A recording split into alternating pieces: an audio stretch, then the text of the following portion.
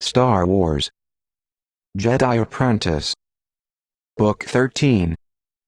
The Dangerous Risk. By Jude Watson. Updated. 11.xi.2006. Number. Chapter 1. Obi-Wan Kenobi heard the door slide shut behind him. The locking system clicked and whirred. He stopped short as a wave of helplessness overwhelmed him. "No," he said, his companion, as Triato, turned. "What is it?" Obi-Wan faced the closed door with despair. "I can't leave him." "But he ordered you to go." Placing his hands against the door, Obi-Wan shook his head. "I can't." As Tree waited a moment, she did not move, but he felt her impatience. Her newly shaved head gleamed in the faint gray light. A heavy mist fell like rain and gathered in droplets on their skin. "Obi-Wan, we don't have time," she said. "I have to get to the temple." Obi-Wan nodded, but still he could not move. As Tree's father, Didiato, was dying at the Jedi Temple. As Tree carried the antitoxin that would save him. As Tree had been a chef at her father's cafe, and she had bravely joined Obi-Wan in his bold plan to break into Jennah Arbor's secret lab. They had succeeded in only part of their mission. They had retrieved the needed antitoxin, but Obi-Wan's master, Qui-Gon Jinn, was still inside. Obi-Wan spun around and gazed quickly down the dark street, searching every shadow. "Where are Kali, Whis, and Tup? They can arrange transport for you." "They're not here," as Tree said, anger tightening her voice as she scanned the street. "I knew we couldn't trust them." Obi-Wan dismissed the thought of the three scoundrels. They had agreed to watch for Onanabis, the bounty hunter who as Tree had impersonated to get inside. They were supposed to warn Obi-Wan and as Tree if she had arrived, but they had not. As a result, Jennah Arbor had known that intruders were inside, and Qui-Gon had been trapped. Obviously, Kali, Whis, and Tup had fled. But they weren't important to Obi-Wan now. Getting his Tree back to the temple was, as was getting himself back into the secret lab so that he could fight side by side with his master. "Let me contact Tal," he said, as Tree handed him her comlink. He had already given his own to Qui-Gon, along with his lightsaber. Jedi Knight Tal's crisp voice came through a moment later. "I'm here," she said tersely. Quickly, Obi-Wan outlined the situation. Jennah Arbor is holding another prisoner who she claims Qui-Gon doesn't know, but who is close to him. "What do you think that means?" "I have an idea," Tal said. "Go on." "Poison will be released in the prisoner's bloodstream if Qui-Gon leaves the building. He ordered me to leave the lab and conduct his Tree back to the temple. He said that safe passage for the antitoxin was the most important thing. I felt I had to go, Tal." "Of course you did," Tal said crisply. "Qui-Gon was right to order you. But I don't want you to leave Simplot 12. Obi-Wan felt relief flood through him. He was only a Padawan learner. He would need the permission of a Jedi Master in order to disobey Qui-Gon, even if his master was currently a captive. "What about Diddy?" as Tree asked urgently. "Don't worry, as Tree. Jedi Master Adi Gallia and her Padawan, Siri, are due to arrive on Simplot 12 at any moment. You should see their ship in a few seconds. The pilot can bring you back to the temple with the antitoxin. Obi-Wan, you will work with Adi Gallia and Siri to rescue Qui-Gon. We'll start with a small team, but we're sending more Jedi to Simplot 12 in case you need them." Obi-Wan saw a glint of silver in the leaden sky. "I see their ship. I'll get back to you." He ended the communication and watched as the small, sleek transport landed in a dirt field nearby. He had worked with Adi and Siri before. Adi was a brilliant and resourceful Jedi with a gift for intuition. Siri was a tough fighter and faced danger without ruffling a hair. The relations between the two Padawans could be bumpy, but he could not ask for a better team to rescue Qui-Gon. He saw Addie's familiar regal figure stride down the landing ramp. The smaller, blonde Siri followed. Addie's sharp gaze scanned the surrounding area, missing nothing. Then she hurried toward Obi-Wan and Tree. She nodded at Obi-Wan and turned her gaze to Tree. "The transport is waiting. May the Force be with you." Even at a moment of great urgency, Tree thought of others. She put her hand on Obi-Wan's arm. "I know Qui-Gon will be safe. And I know Diddy will be well," Obi-Wan told her. They had been through much together. Tree had no Jedi training, no Force sensitivity, and could barely manage to hit a target with blaster fire. Yet Obi-Wan had come to admire her many skills.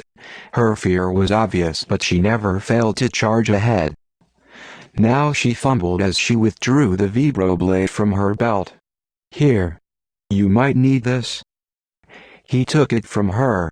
"Thanks. I'll see you back at the temple." Biting her lip, Tree nodded. Then she rushed off, wobbling a bit in the thigh-high boots she had donned to impersonate Onanobis. Siri's hand rested lightly on her lightsaber hilt. Her bright blonde hair was combed straight back and tucked behind her ears. Her no-nonsense appearance matched the way she attacked a problem. She did not waste time. "Tal contacted us a moment ago," she told Obi-Wan. "Zan Arbor has blocked out all communications from the lab, but Qui-Gon managed to get a last message through to the temple. Zan Arbor has locked herself in with the other prisoner. If Qui-Gon attempts to come through the door, she will kill the captive. He is searching for another way inside that room." "Did he see the other prisoner?" Obi-Wan asked. Siri shook her head. "We think we know who he is," Eddie said. "He is a Jedi Master." Obi-Wan was startled. She was able to hold 2 Jedi Masters hostage? How could such a thing happen? "Nur-Rii is an elder Jedi," Eddie explained. "He does not live at the temple. He no longer goes on missions, but he chose to live out his remaining days in seclusion and meditation on his home planet. He disappeared several weeks ago, and we've been searching for him. We traced his disappearance to the bounty hunter, Onanobis," Siri explained. "As soon as we told Tal this, she told us about Zan Arbor's involvement. Nur-Rii must be the other being Qui-Gon sensed at the lab." "Our first problem is getting in," Obi-Wan said. "There are no windows and only one door. Other Jedi teams are on their way, but the more we delay, the more we risk Qui-Gon's and Nur-Rii's lives. And Simplot 12 has no security police. It's just us." "It's not a problem," Addie said serenely. "We have a way in." Chapter 2. We've learned through our contacts that someone is looking for a large shipment of black market assassin droids for protection on Simplot 12, Eddie said. "We know this person is Zan Arbor. We've tracked down the droid dealers. Now we just need to get the dealers to agree to smuggle us inside along with the shipment." "When is the transfer supposed to happen?" Obi-Wan asked anxiously. "As soon as possible," Eddie replied. "The droid sellers got the definite impression that Zan Arbor is planning to leave the planet. She could have lied, but I'm guessing her departure plans are behind the urgency of the request. She needs protection in order to leave, and she needs protection wherever she goes. She knows the Jedi are on her trail.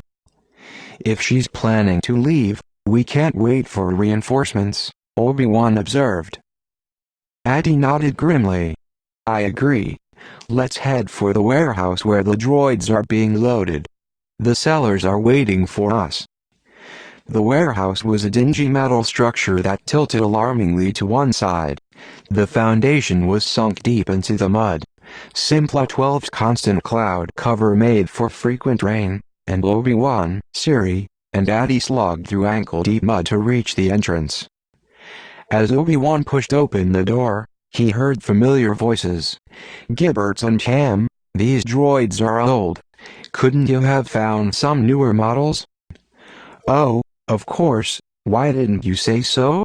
Let me reach into my deep pocket full of credits and pay for them.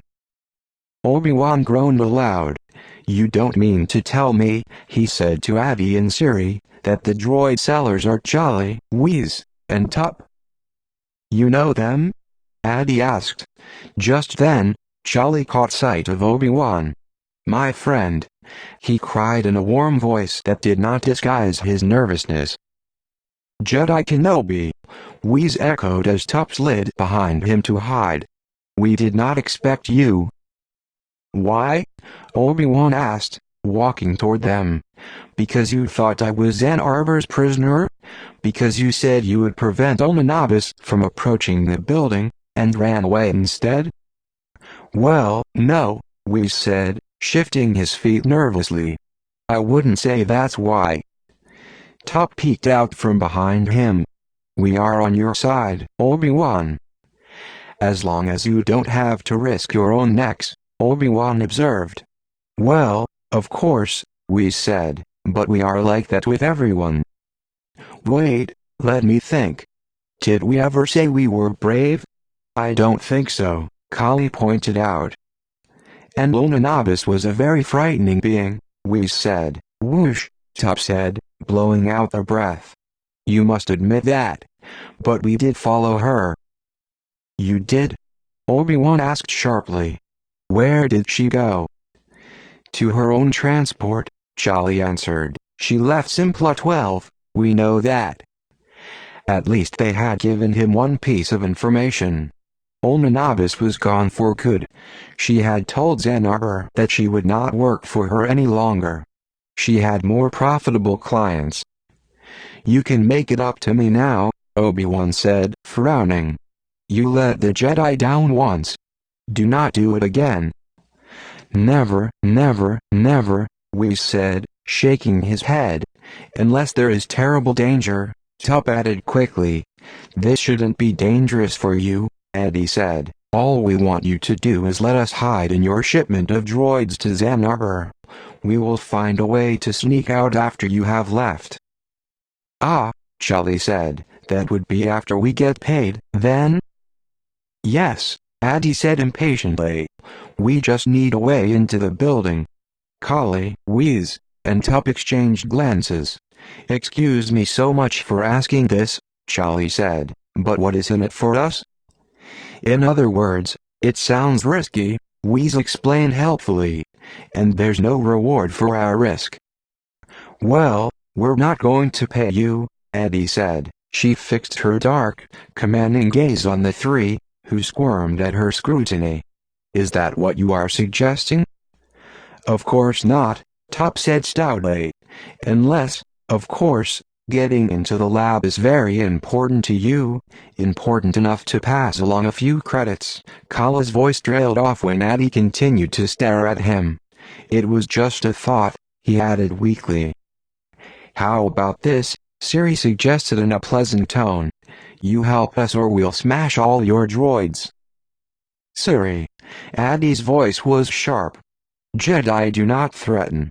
Siri's mouth closed, but she continued to stare fiercely at Jolly, Whiz, and Tup, her hand on the hilt of her lightsaber.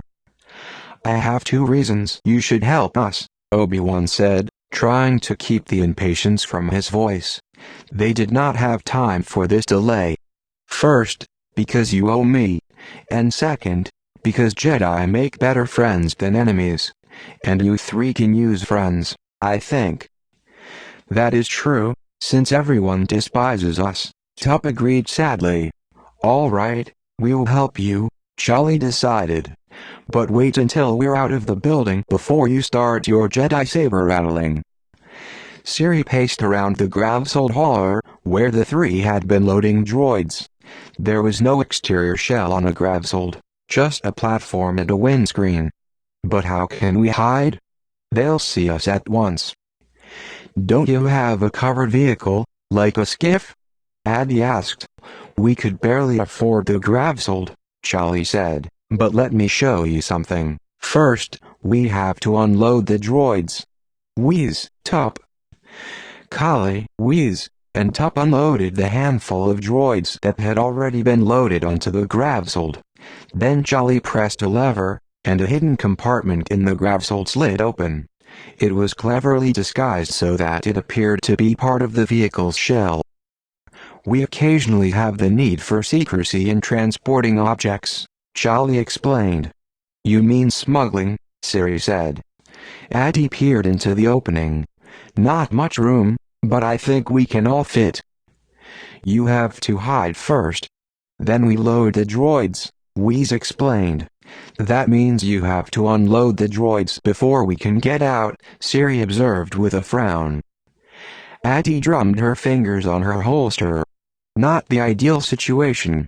You'll have to offer to unload the droids as soon as we get inside." Kali did not look happy at this, but he nodded. "What about programming the droids?" Addie asked. "Did Zen Arbor already give you instructions?" Whiz shook his head. "She's going to program them herself." "Offer to do it. Make something up," Addie suggested. "Then sabotage them in some way. Better for us not to face 20 attack droids." "We'll do our best," Jolly said. "You'd better get inside or we'll be late for our appointment." Addie folded her long, elegant body into the small compartment and lay flat. Siri followed. Obi-Wan squeezed inside. "Oof," Siri muttered. "Watch your elbows." "I've got no place to put them," Obi-Wan responded. "Quiet, you two," Addie said. "We won't be here for long." Two-piece cheerful face loomed above them. "I'm going to shut the panel now. Don't worry, there's plenty of ventilation." "I hope so," Obi-Wan said softly as the panel's lid closed just millimeters from their upturned faces. "I don't like having to put our trust in these three." "Maybe because our friends seem so untrustworthy," Siri said. "They aren't my friends," Obi-Wan muttered. Why did Siri always have to needle him? For long minutes, they listened to Jolly, Whiz, and Tup loading their droids, quarreling and fussing all the way. "The more we fit, the more she'll take, if we're lucky," Kali exclaimed. "Don't put them in that way, Tup, you're taking up too much room." "Whoosh, I'm doing the best I can," Addie sighed. "This is taking too long." She thumped on the top of the panel. "Hurry it up," she shouted. Yes, we're hurrying." "Only a few minutes more," Jolly called. Obi-Wan closed his eyes. Why was he always asked to be patient at the moment he was jumping out of his skin? Every second of delay was frustrating. Addie spoke quietly. "Knowing Qui-Gon, I am sure that he has his own plan, Obi-Wan. We are not his only means of rescue." "I am sure that he does as well," Obi-Wan said, grateful for Addie's words of reassurance. "There is just one thing that troubles me," Addie murmured. "I only hope his plan does not collide with ours." Chapter 3. For days, while he was stuck in the vapor-filled chamber, all Qui-Gon had wanted to do was get out and stretch his muscles. Thanks to his Padawan, he had been released from the chamber. But now, when he finally had his freedom, he found himself in an even tighter space, a ventilation shaft. Zen Arbor had sealed herself into the room where she held the other prisoner. It had been a wise move. She knew that Qui-Gon would not dare to break in. She knew he would not gamble with the other being's life.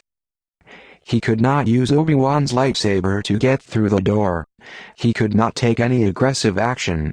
With a sensor in his body and one in the other prisoner's, both of them could be dead in an instant. He would have to use stealth. He had found the ventilation shaft that ran through the ceiling. He had been crawling for what felt like a long time. He could not make a sound to alert her, and he had to be mindful of his direction as well. The various shafts were a maze, but if he was careful, he could wind up in the ceiling over Zen Arbor's head. What then? Qui-Gon wondered. He could drop down on her from above. But what if the trigger for the sensor was concealed in her clothing? Even if it were somewhere on a console, could he persuade her to disable the sensors? Could he believe her if she said she had? He didn't know the answers to those questions.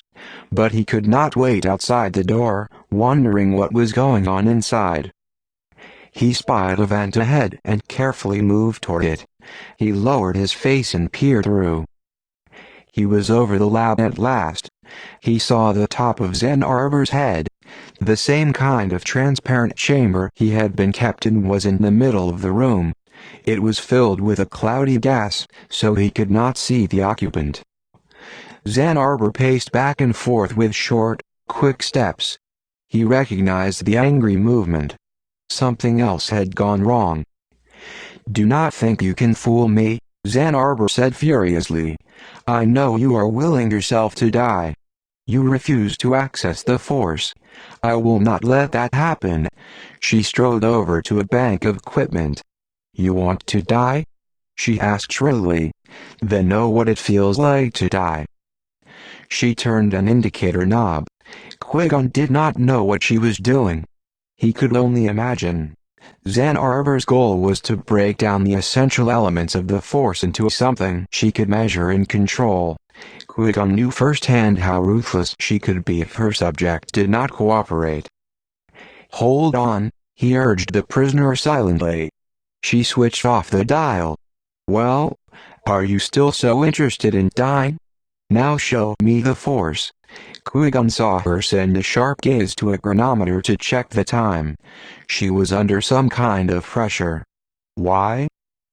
"All right, then. If I cannot use you, you are just a liability. But I'll take all your blood before you die, just for being so uncooperative." Her hand went for the dial again. It was time to act. Qui-Gon eased out Obi-Wan's lightsaber in one swift, practiced movement and reared back to kick through the vent. But he checked himself just in time as an indicator buzzed and Zen Arbor hesitated. She pressed the communication button. A voice blared, "Droid shipment." "It's about time," she snarled. She whirled and stalked from the room without another word. Qui-Gon settled back on his haunches, thinking. He could not release the prisoner until he knew that Zen Arbor was immobilized and unable to kill him. But any delay could seal his doom completely. He was more trapped in his freedom than he'd been as a prisoner. What should he do? Chapter 4. The Gravsol ride was smooth while they were outside, but Kali, Whiz, and Tup had trouble maneuvering the craft through the narrow hallways of the lab. Each time Whiz slammed into a wall, Obi-Wan, Tree, and Addy were thrown against one another, and the droids rattled noisily overhead. "That's enough." Obi-Wan recognized Zen Arbor's commanding tone. "Just stop. You can unload where you are." With a last shuddering lurch, the repulsor lift engine lowered the Gravsol to the floor. "You can see that we only brought you the finest droids," Charlie said. "These are your finest? I'd hate to see the rest." "If you pardon my saying this is Simpla 12, ma'am," we said respectfully. "There isn't much choice to be had." "I suppose so. Give me the CIP." Obi-Wan tensed. The Central Intelligence Processor would program all the droids at once. Addy had instructed Charlie to try to program the droids himself. Would Zen Arbor allow him to do so? "There's the matter of our fee," Charlie said. "Not until I'm sure these droids are operational." "I can program them for you, ma'am," Charlie offered. "Part of our service. We aim to please." "It pleases me to program them myself. Give me the CIP." Apparently, Charlie hesitated, for Zen Arbor snapped, "Now." Addy let out a breath. Obi-Wan knew what she was thinking. It would have been easier if they didn't have the droids to contend with. They heard a series of beeps and the sound of the droids' movements as they were activated. "Follow my voice command only," Zen Arbor rapped out. You will surround and protect me. We will be leaving from the launch pad on sub-level 1 in 5 minutes. The droids beeped an affirmative response. Now unload them and I'll pay you the credits, Zan Arbor said to Charlie, Whiz, and Tup. Quickly. Overhead, Obi-Wan heard the noise of droids being unharnessed and wheeled off the gravsold platform. Watch out, Tup. Kali called. You just... I didn't. Whiz. Don't pull that way, push. Not that way, over here, you idiots. Zan Arbor shouted. I have it. No, you don't. I do. No, you. A screeching noise and a great crash sent the gravsold shaking. Whoosh, Tup said in a small voice. Guess I didn't.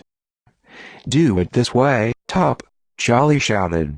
If you didn't shout like that, I wouldn't be so confused, Tup dithered. Just let me. The gravsold rose slightly in the air. There was a crash. Turn off the engine. You're tipping it. Zan Arbor screamed. The droids are falling. Gibberts and Ham, let me. Don't touch that. Kali and Whiz screamed at the same moment. It was too late. Tup hit the hidden lever, and the compartment door sprang open. Addy, Obi-Wan, and Siri tumbled out onto the floor. They rolled away from the repulsor lift engine as the gravsold hovered a few inches above the floor. Jedi! Zan Arbor screamed.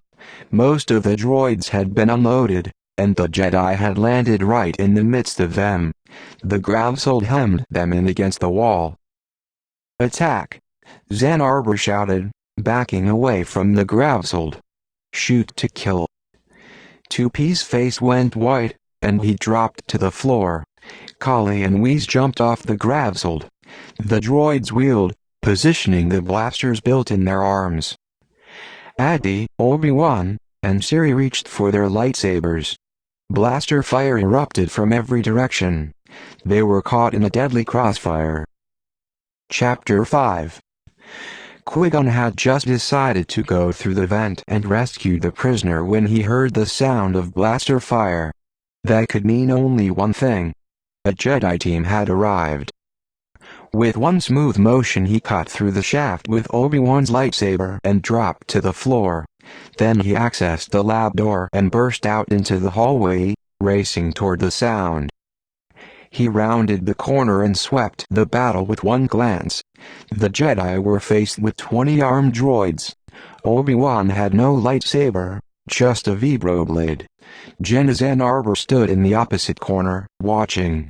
The sneer on her face announced that she was confident of victory. Qui-Gon watched for a few extra seconds in order to grasp Addy's strategy. Even while she mowed down droids, she protected Obi-Wan from the worst of the fire. She was using a series of short, fast combinations designed to obscure the fact that she was steadily making progress toward Zan Arbor and the hallway to the rest of the lab. Obi-Wan was using the vibroblade effectively, but it was no match for blaster fire. Qui-Gon decided, even as he leaped, that his job would be to protect his Padawan, leaving Addy free to go after Zan Arbor. A flash of joyful relief lit Obi-Wan's face as he saw Qui-Gon sail toward him. His moment of distraction was smoothly covered by Addy, who in a lightning strike took out the droid who aimed a blaster at Obi-Wan. Qui-Gon came down, knocking out 2 droids as he landed and whirling to deflect fire from a third. He was surprised to find that although he had succeeded, his reaction times were slow. He could not trust his body to move quickly. The days of captivity had taken a worse toll on him than he'd thought. Qui-Gon received a sense of satisfaction when he saw Zan Arbor's expression turn from smugness to alarm. She knew now that the tide would turn against her. With a sharp command, she ordered 4 droids to surround her. Her back was to the wall. Qui-Gon accessed the Force to help him overcome his body's weakness. He deftly attacked, slashing through the metal bodies of the droids while Siri whirled and dived, her lightsaber a blur. The young girl's footwork was impeccable. Obi-Wan was hampered by his vibroblade but kept up a steady attack, sweat pouring down his face. There were only 5 droids left, excluding the guard around Ann Arbor. Qui-Gon did not need to look at Abby for confirmation as he drove the droids toward her. They would catch them in a pincer movement. Understanding his intent, both Siri and Obi-Wan moved to flank him. The plan would have worked perfectly if Tup hadn't chosen that moment to make a break for safety. Hearing a slight lull in blaster fire, he scrambled out from underneath a hovering gravsold and dashed toward the hallway. Unfortunately, he crashed into 2 droids, driving them back toward Obi-Wan. The droids wheeled and raised their arms toward Tup, prepared to blast him. GGIBERBTZ and HAM. Tup screamed. Obi-Wan was closest. He accessed the Force and leaped, coming down with both feet hitting the 2 droids squarely. The droids wobbled and the blaster fire went awry. Obi-Wan landed and swung his vibroblade at the first droid. It raised its blaster toward Obi-Wan. Qui-Gon reached out a hand to use the Force to send the droid flying. Nothing happened. Addy reversed direction to neatly slice the second droid in 2. Ann Arbor, Siri said tersely. Jenna Ann Arbor had taken advantage of the distraction to slip out from behind the droids that were guarding her and dash down the hall. She was just disappearing into a turbo lift. There are stairs, Qui-Gon told Addy. Second door on the left. Siri and I will follow, Addy told him, already starting off. We'll see to the prisoner, Qui-Gon said, signaling to Obi-Wan. He raced down the hallway, his Padawan by his side. They burst into the lab. Qui-Gon strode to the cloud-filled chamber and cut through the material with Obi-Wan's lightsaber. The transparent material peeled back and gas escaped in a vaporous cloud. The chamber was empty. We have been fooled, Qui-Gon said quietly. Maybe Nor is in the other lab, Obi-Wan suggested. Qui-Gon looked startled. Nor the prisoner was a Jedi? Addy thinks so. She said I did not know him, but I was close to him, Qui-Gon murmured. Of course that is so. Every Jedi shares a bond. We should head for the launching pad, Obi-Wan said. Ann Arbor said it is on sub-level 1. In that case, Qui-Gon said, I am sure it is not. Come, Padawan. He did not know for certain if he was right, but he had come to know the turnings of Ann Arbor's mind, the way she strategized. She would enjoy flipping the situation so that the Jedi were in the opposite place of where they should be when she made her escape. So instead of heading for sub-level 1, Qui-Gon headed for the roof. He did not trust the turbo lift.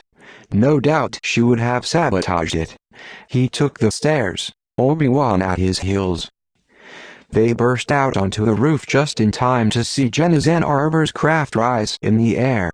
They saw the body of Nor in the seat next to her. He was slumped over as if he were too weak to raise his head. She smiled and waved a split second before the craft shot into the upper atmosphere. They had lost her again. Chapter 6. Obi-Wan waited while the Jedi medic, Winnow Uni, attended to Qui-Gon. She located a sensor implanted in his bloodstream and carefully extracted it. While he waited, Obi-Wan searched the lab and located Qui-Gon's lightsaber. It was a great pleasure for him to place it back in his master's hands. How is Diddy? Obi-Wan asked Winnow. She smiled. On the mend. He is already suggesting better ways to prepare his meals. Qui-Gon groaned. Whatever you do, don't listen to him. Diddy's abilities as a chef were dismal. Winnow touched Qui-Gon's shoulder. You've been through trauma, Qui-Gon. Your body has not recovered fully. I suppose it would be fruitless for me to tell you to take it easy. Qui-Gon winced as he slid off the examination table. Not until we find Nor.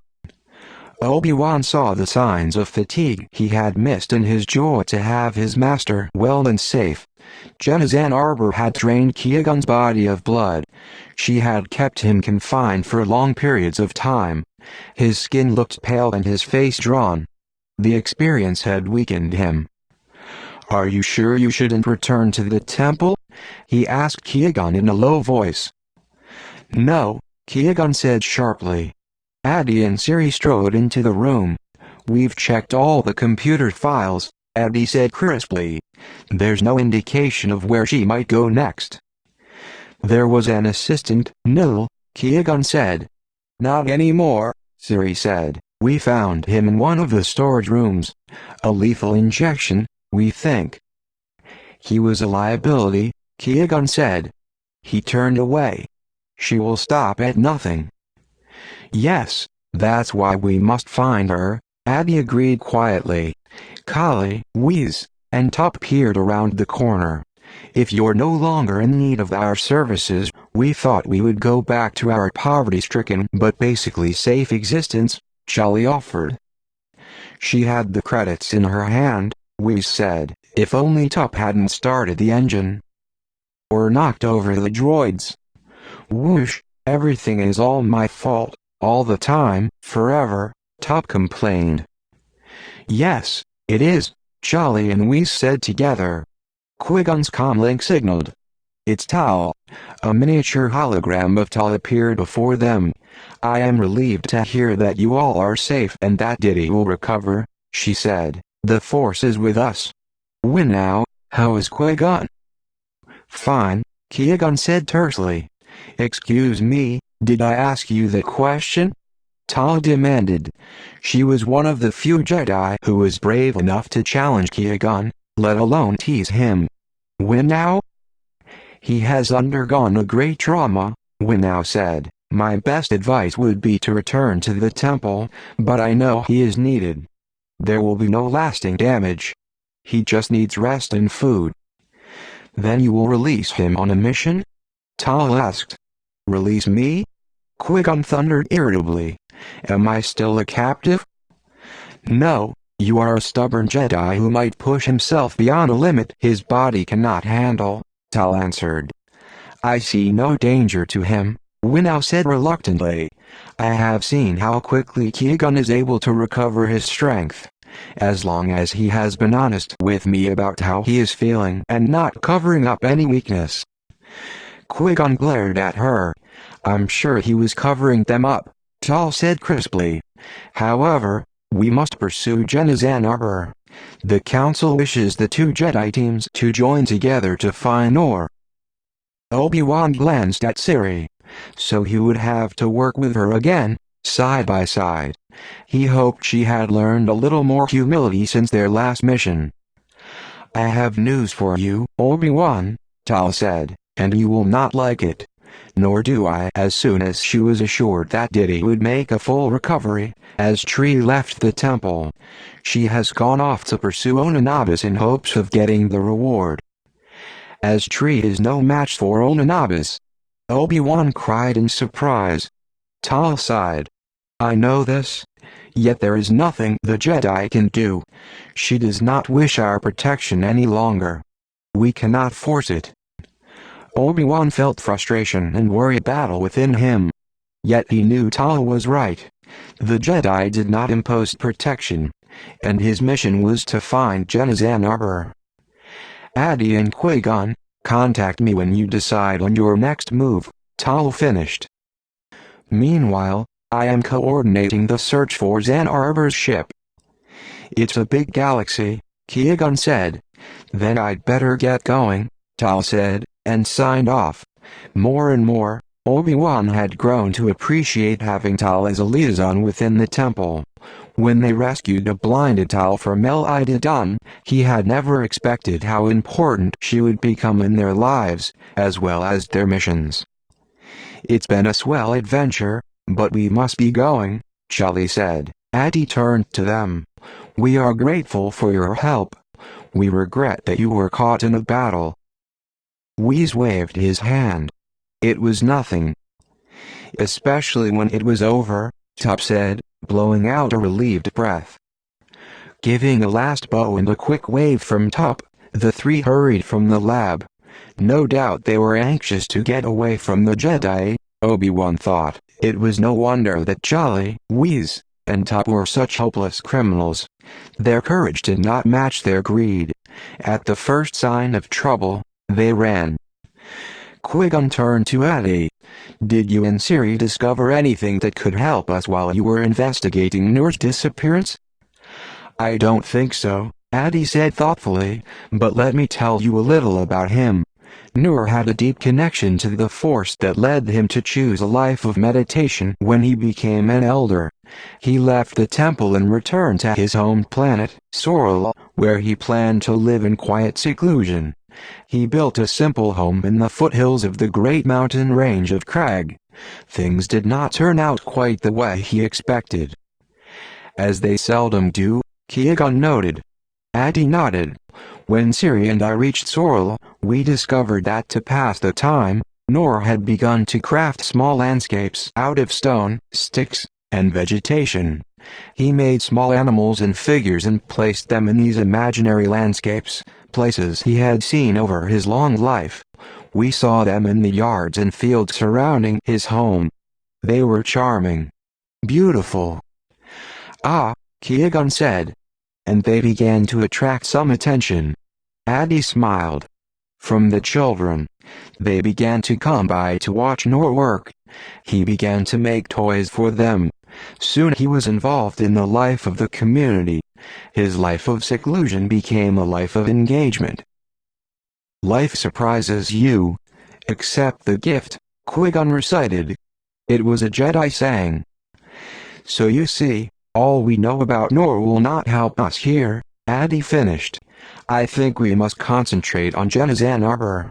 Yet so much of her life is a mystery." Obi-Wan's comlink began to signal him. He stepped off a few paces to accept the communication. "My name is Nomuna and I am a medic at the med center on Saurus," a voice said.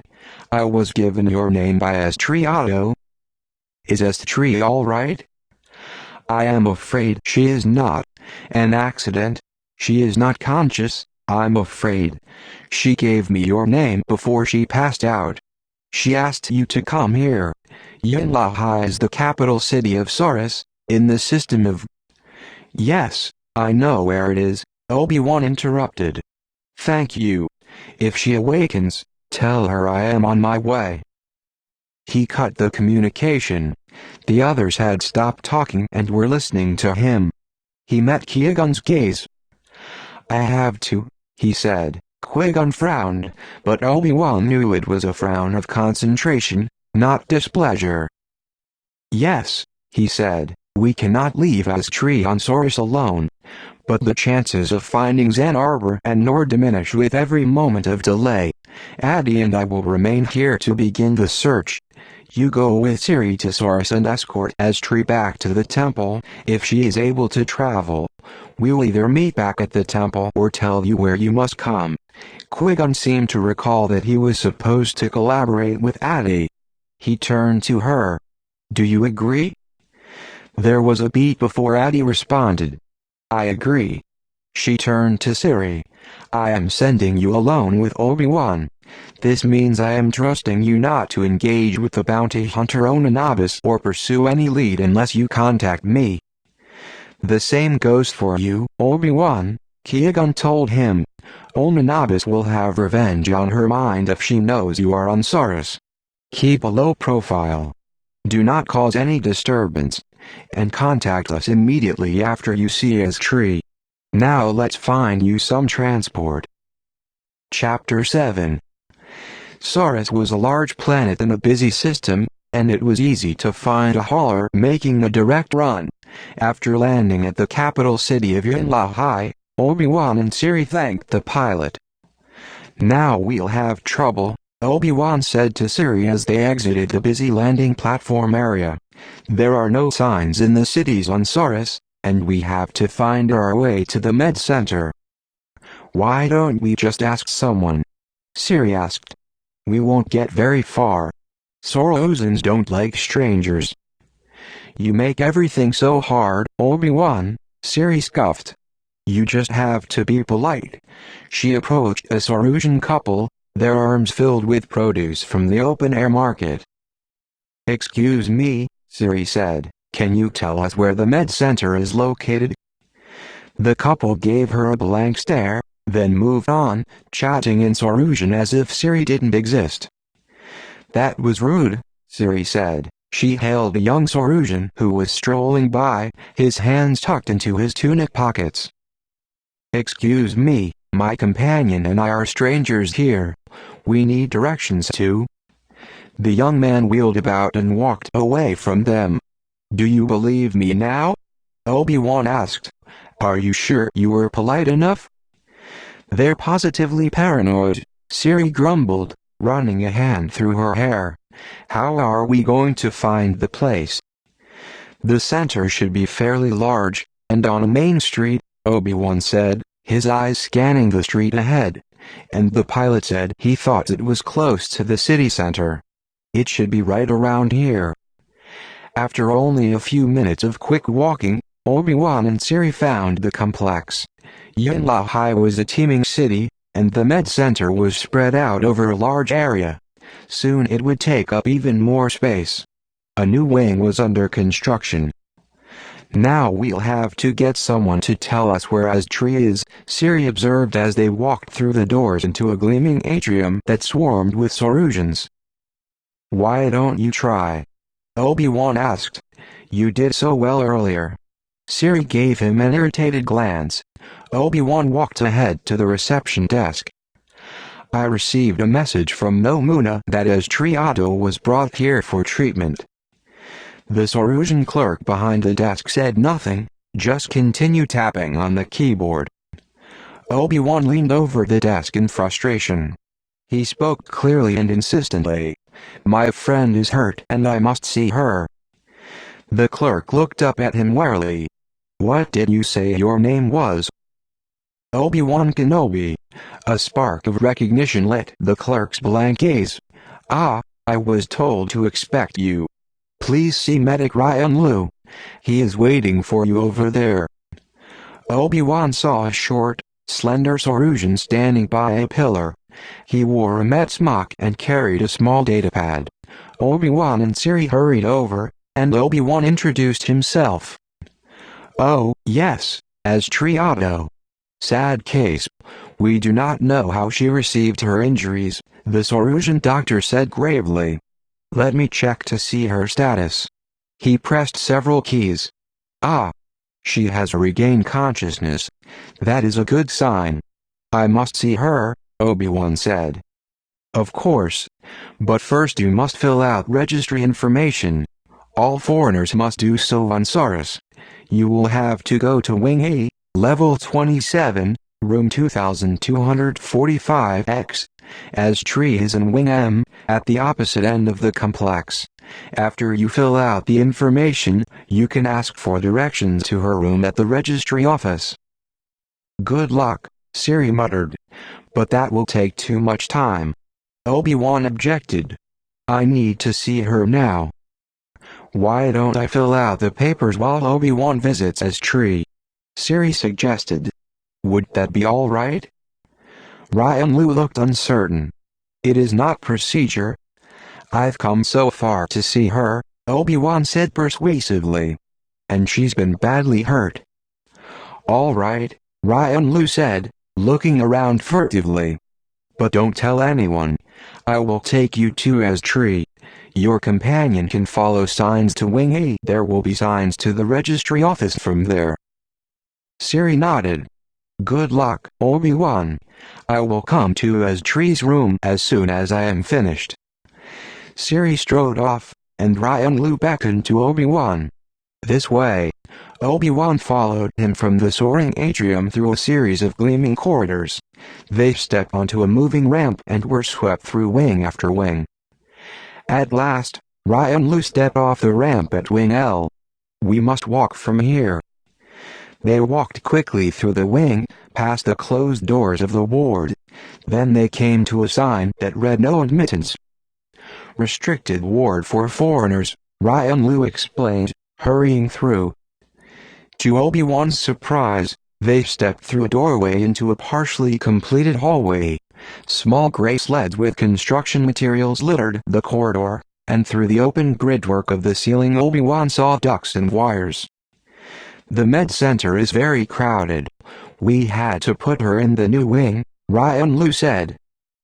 But it's not finished, Obi-Wan said, stepping over a pail full of rivets. She is still getting the best care, Ryan Lu assured him.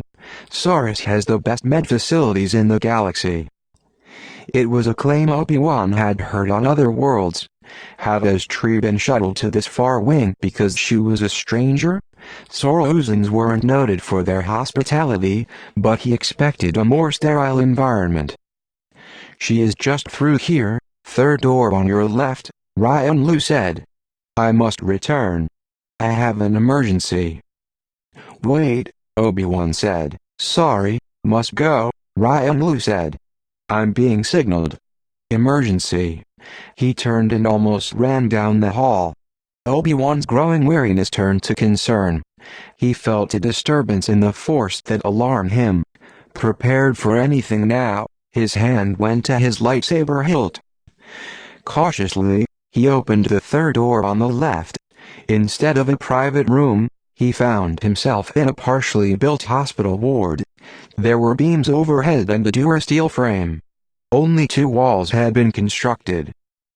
He just had time to see a shadow flicker, nothing more. Obi-Wan stepped back, lightsaber activated, as the bounty hunter Onanabis suddenly flew from a beam overhead straight toward him. Chapter 8. Obi-Wan had captured her laser whip back on Simplot 12. He was not happy to see that she had replaced it. It danced toward him, an arc of supple, lethal light. He struck out at the whip before it reached him. The 2 lasers tangled and smoked. He could not move as fast as Onanabis. That, he remembered. He could not defeat her with quickness. She was an astoundingly agile fighter with lightning-fast moves. Her mind was quick as well. She always had surprises up her sleeve. Cleverness. Acrobatics. Cunning. Flexibility. She had everything he had been taught was important in battle. His adversary did not have the force, but she might have the advantage. In this partially enclosed space, he was too vulnerable. He must get out in the open. Obi-Wan drove Onanabis back with a furious flurry of moves, forcing her to concentrate on defending herself. When she was slightly off balance, he vaulted to the top of the unfinished wall. Balancing for a moment, he leaped down into the construction site. Here there were obstacles, gray sleds, drills, large piles of metal poles, blocks of stone, a durasteel skeleton of the exterior walls of the wing, a deep, muddy pit. Yet he could use them for defense and attack. Here the force could help him. The whip snaked to the top of the wall behind him, curling around an exposed rod. A moment later Onanabis used it to haul herself up. Her head swiveled toward him in the black visor she wore to conceal her eyes. Then she leaped down, landing lightly, already furling the whip for another attack. Her lips curled back from her teeth. I've been waiting for this, she said. He was ready. Every sense was alert, every particle of his being focused on the battle ahead. He had to be. The trick was to get her close. From a distance, she used the whip to devastating effect. If he were closer, she would have no room to maneuver. The perfect attack begins with your attention. Every pebble can be an obstacle or an opportunity. Hone your focus. Add speed, timing, strategy, surprise. Do not forget the force is with you. Obi-Wan leaped to his opponent's left side. He used a technique Qui-Gon called false attack. He knew he would not win with this strategy, but he did not mean to. He wanted to draw her forward toward him. His lightsaber whirled and blurred as he moved, deflecting her curling whip with its spiked edge. He saw her hand move toward the blaster strapped to her hip and he blocked it with a flurry of moves so fast she had to concentrate to keep up. The ground was treacherous with mud and debris, but he used the force to aid every step. He leaped on a pyramid of stone blocks and used the momentum to flip in midair and come at her left. Instead of stepping backward, she stepped forward, an unexpected move for anyone but Omanabis. Good. He had expected it, planned for it. He twisted in midair, adding momentum to his leap. He landed behind her. Now her back was to a sinkhole filled with mud and water. There was no telling if it was shallow or meters deep. He drove her relentlessly backward. He saw her lip curl with anger as she flicked the whip, sending it within millimeters of his flesh. He slashed downward. The lasers tangled with a buzzing noise. Suddenly the blaster was in her hand. He had only caught a blur of movement as she reached for feet. But he was ready, his lightsaber spinning in a continuous arc to deflect the fire. The force surged in him, making every movement sure. But he could not concentrate on everything at once. He lost his connection to the ground. Chips of stone lay around the muddy surface, and they were slippery. His foot slid and he lost his balance. He caught himself before he fell, but his loss of concentration cost him. She moved to his right and charged, firing as she went. Obi-Wan slid on the slippery stones, struggling to regain his footing as he deflected the furious round of fire, twisting in his body. He felt the rush of air as the whip snaked around him. For the first time, he was seriously worried. He was outmatched and he knew it. He did not have Qui-Gon's perfect mastery of the Force, and he could not meet the dual challenge of the whip and the blaster. He could not get close enough to disarm her, and he doubted he would be lucky enough to capture the whip a second time. He had only managed to do so back on Simplot 12 because S3 had barreled down on Onanabis in a gravsold. Doubt is your first enemy. How many times had he heard that in class? Yet he knew deep within that this doubt was justified. With a whip as well as a blaster, she could keep him running while she remained still. Sooner or later he would tire. He saw how much he depended on Qui-Gon during the battle. He could pick up on Qui-Gon's strategy, but he could not formulate it himself. He would put up a good fight, maybe even wound her, if he were lucky to get close enough. But she would win. She knew this territory well and she had set the trap. He had walked right into it. All of these calculations roared through Obi-Wan's mind even as he regained his footing and faked to pass at Onanabis, forcing her to retreat a few steps. He knew it was a temporary victory. The hardest decision, Qui-Gon had told him once, is to walk away. He had not understood that. Until now. It went against everything he'd learned about battle, everything he was as a Jedi. Or did it? The mission was his first concern. Onanabis was not part of his mission. As far as they knew, she had no connection to Jenn's Ann Arbor now. She had picked a fight solely for revenge. Which meant there was no reason to fight. Behind Onanabis, tall girders framed a wall of the wing. He needed a few seconds, that was all. Concentrating all his will, he reached out a hand toward a fusion cutter lying on the ground. He felt the force move, and the fusion cutter slid along the mud and then flew with sudden momentum straight toward Onanabis. Surprised, she slashed at it with her whip. Obi-Wan felt the power in his legs as he leaped straight over her head toward the girder above. He landed, slipping just a bit from the mud on his boots. But he knew he would regain his balance. He bent his legs and leaped again, this time to a higher girder. Far below, the whip snaked toward him. It could not reach him as he leaped to the next high girder. From here, he leapfrogged his way down, out of her reach at the far side of the site. Her howl of rage rang in his ears as he raced away. Chapter 9.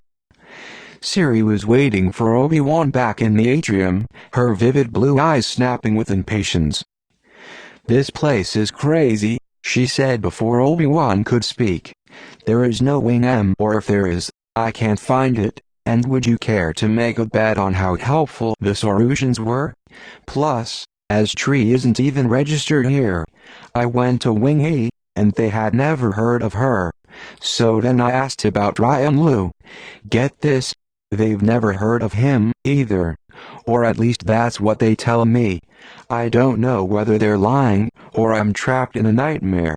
For the first time, Siri noticed Obi-Wan's mud-splattered tunic and dirty face. Did you fall in a puddle?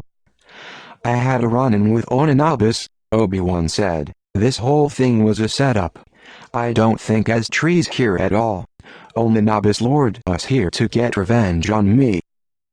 So what happened? Siri asked, instantly poised for action.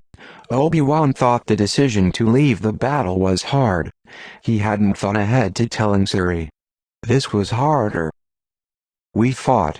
I left, he said. Siri looked incredulous. You ran away? Obi-Wan felt his annoyance rise. Why did Siri have to put it that way? He struggled not to let his anger show. The best way to tell her what happened was not to offer excuses. I was outmatched this time. The words seemed to come out smoothly, but they felt as though they'd been torn from his throat. Siri opened her mouth, then snapped it shut.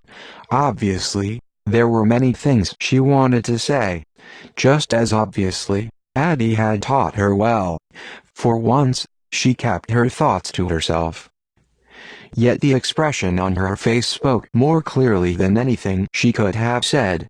Siri could not understand leaving the scene of a battle. She could not imagine a situation in which she would give up. She had not been in as many battles as Obi-Wan. She was more used to the training rooms at the temple, where she had usually been the winner. When she had lost, she had bowed to her opponent with grace. Then she beat them in the next encounter. She did not yet realize that even for the best Jedi, there were battles that could not be won. Qui-Gon had taught Obi-Wan that. As skilled a fighter as he was, Qui-Gon knew that surprises in battle came often. You could train for them, but you could not predict them.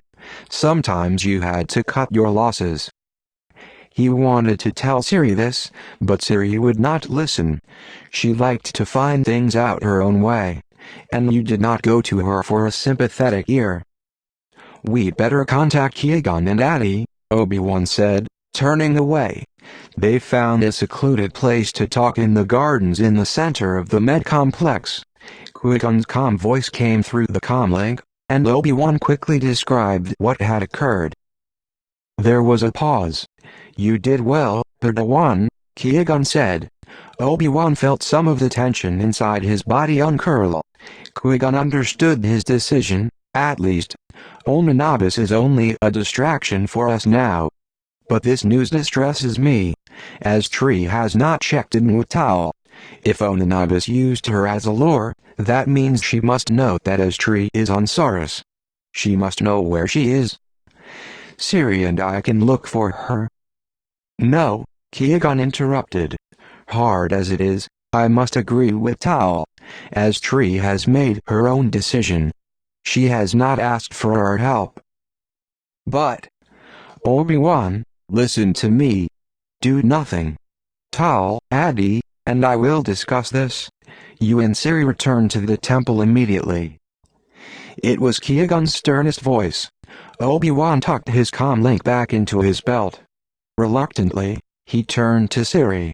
We'll be able to hitch a ride from the main landing platform. She nodded. She was silent on the walk back to the landing platform. Obi-Wan did not know what to say, either. He and Siri had formed a bond during their adventure on Qui-Gon. He had liked her spirit and humor and had depended on her courage. Obviously, they still had a distance to travel before they became real friends. He felt a sudden sharp ache for his friend Ben, who would never let him feel like a coward for leaving the scene of a battle. She would trust his judgment. Siri only trusted her own. When they got to the landing platform, Obi-Wan looked for a hauler on a direct run to Coruscant. The first pilot he approached refused, but pointed to another pilot nearby. Donnie Buck is about to make a run. He'll probably let you hitch a ride. He's been laid up for repairs for a day, but he's ready to roll." Obi-Wan saw a pilot squatting near his ship, drinking a carton of Muja juice. He signaled to Siri and approached him. "Sure, I can always find room for Jedi," the pilot said. "Are you ready to leave now?" "Yes." Obi-Wan had a sudden impulse. "By any chance, has someone else tried to hitch a ride earlier today? She's tall and has a shaved head."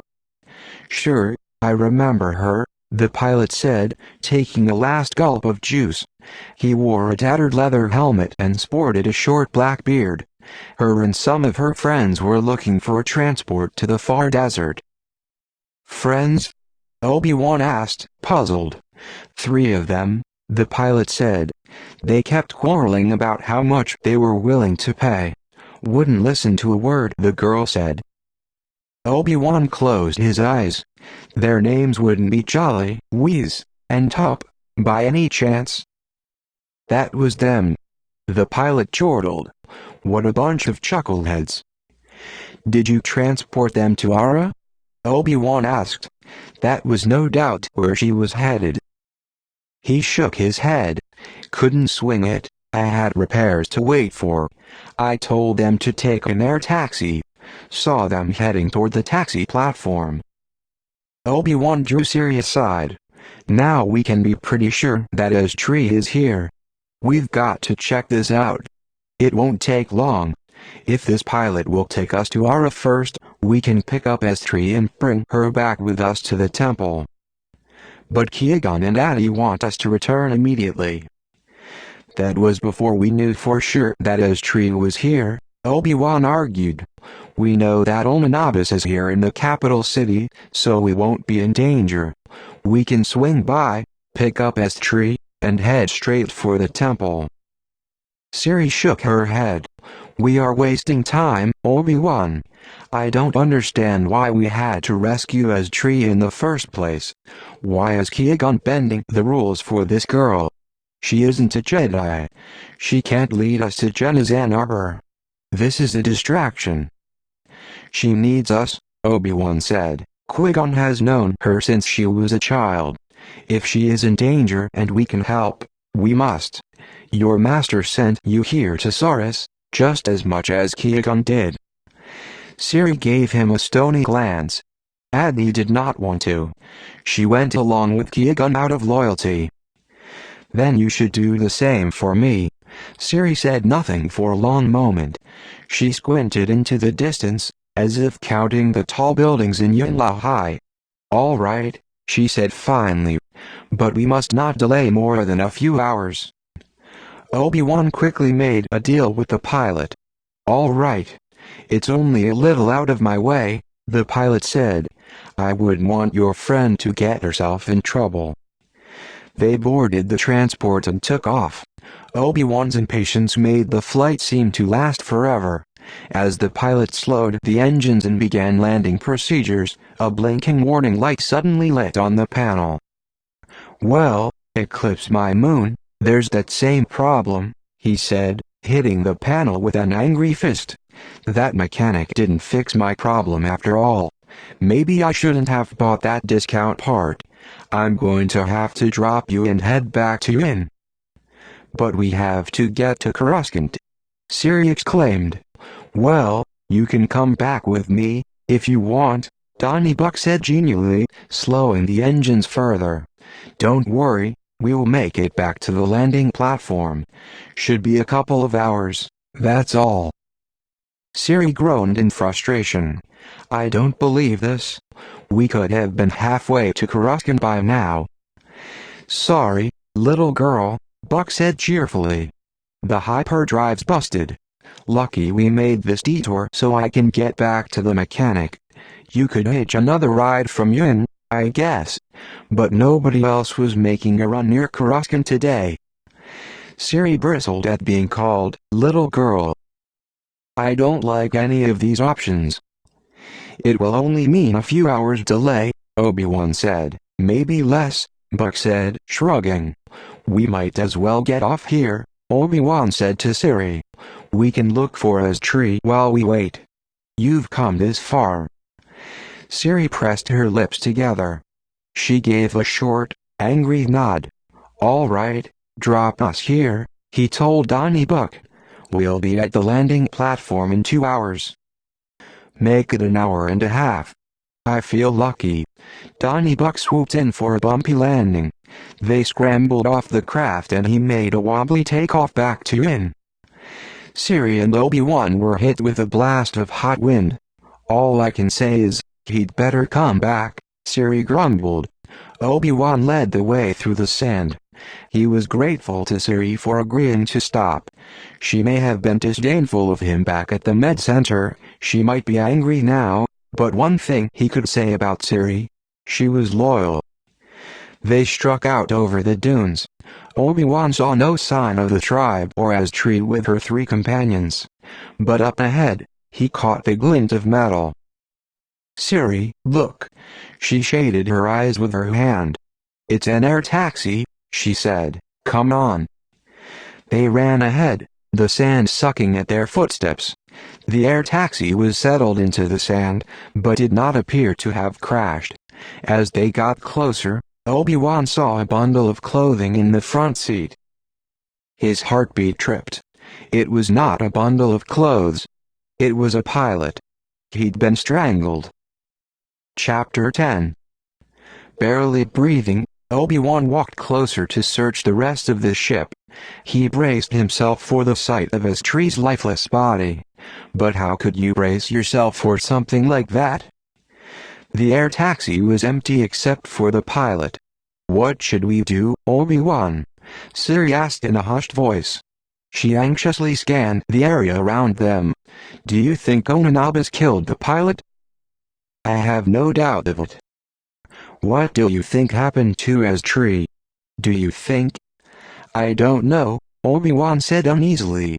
"Maybe she's hiding. Is there anywhere you can think to look?" "Yes," Obi-Wan said. He tried to ignore the foreboding that was gathering inside him. "There is one place. When Tree and I were here, the local tribe led us to the bounty hunter's hideout." He led Siri along the sheer rock wall that circled the canyon. When he got to a sharp turning, he stopped. "Put your hood up," he advised. "The wind will get very strong after we turn the corner. Whatever you do, don't lose sight of me." Siri nodded, drawing her hood over her face. He did the same. They turned the corner into a howling wind. Pellets of sand peppered any exposed skin. Obi-Wan kept one hand on the wall so that he would not get lost. He could only see a meter or 2 ahead. He dropped to his knees, motioning to Siri to follow. His fingers trailed along the rock, looking for the opening to the bounty hunter's hideout. It was a relief to enter the narrow opening of the cave. He could not stand, but the cool sand under his fingers felt good. He shook out his cloak and brushed the sand from his face and hair. "The cave opens up just ahead. We'll be able to stand," he told Siri in a whisper. He was fairly sure that Onanabas wasn't here, but he was prepared to meet her if she was. This time, he would have Siri by his side. He crawled along the cool, damp sand, feeling his way in the darkness.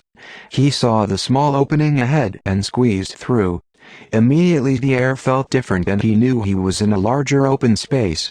The blackness turned gray. He waited a moment, then lit his glow rod. Tree sat against one wall with Jolly, Wheeze, and Tup. They were tethered together, their wrists and ankles tightly bound. Gags were stuffed in their mouths.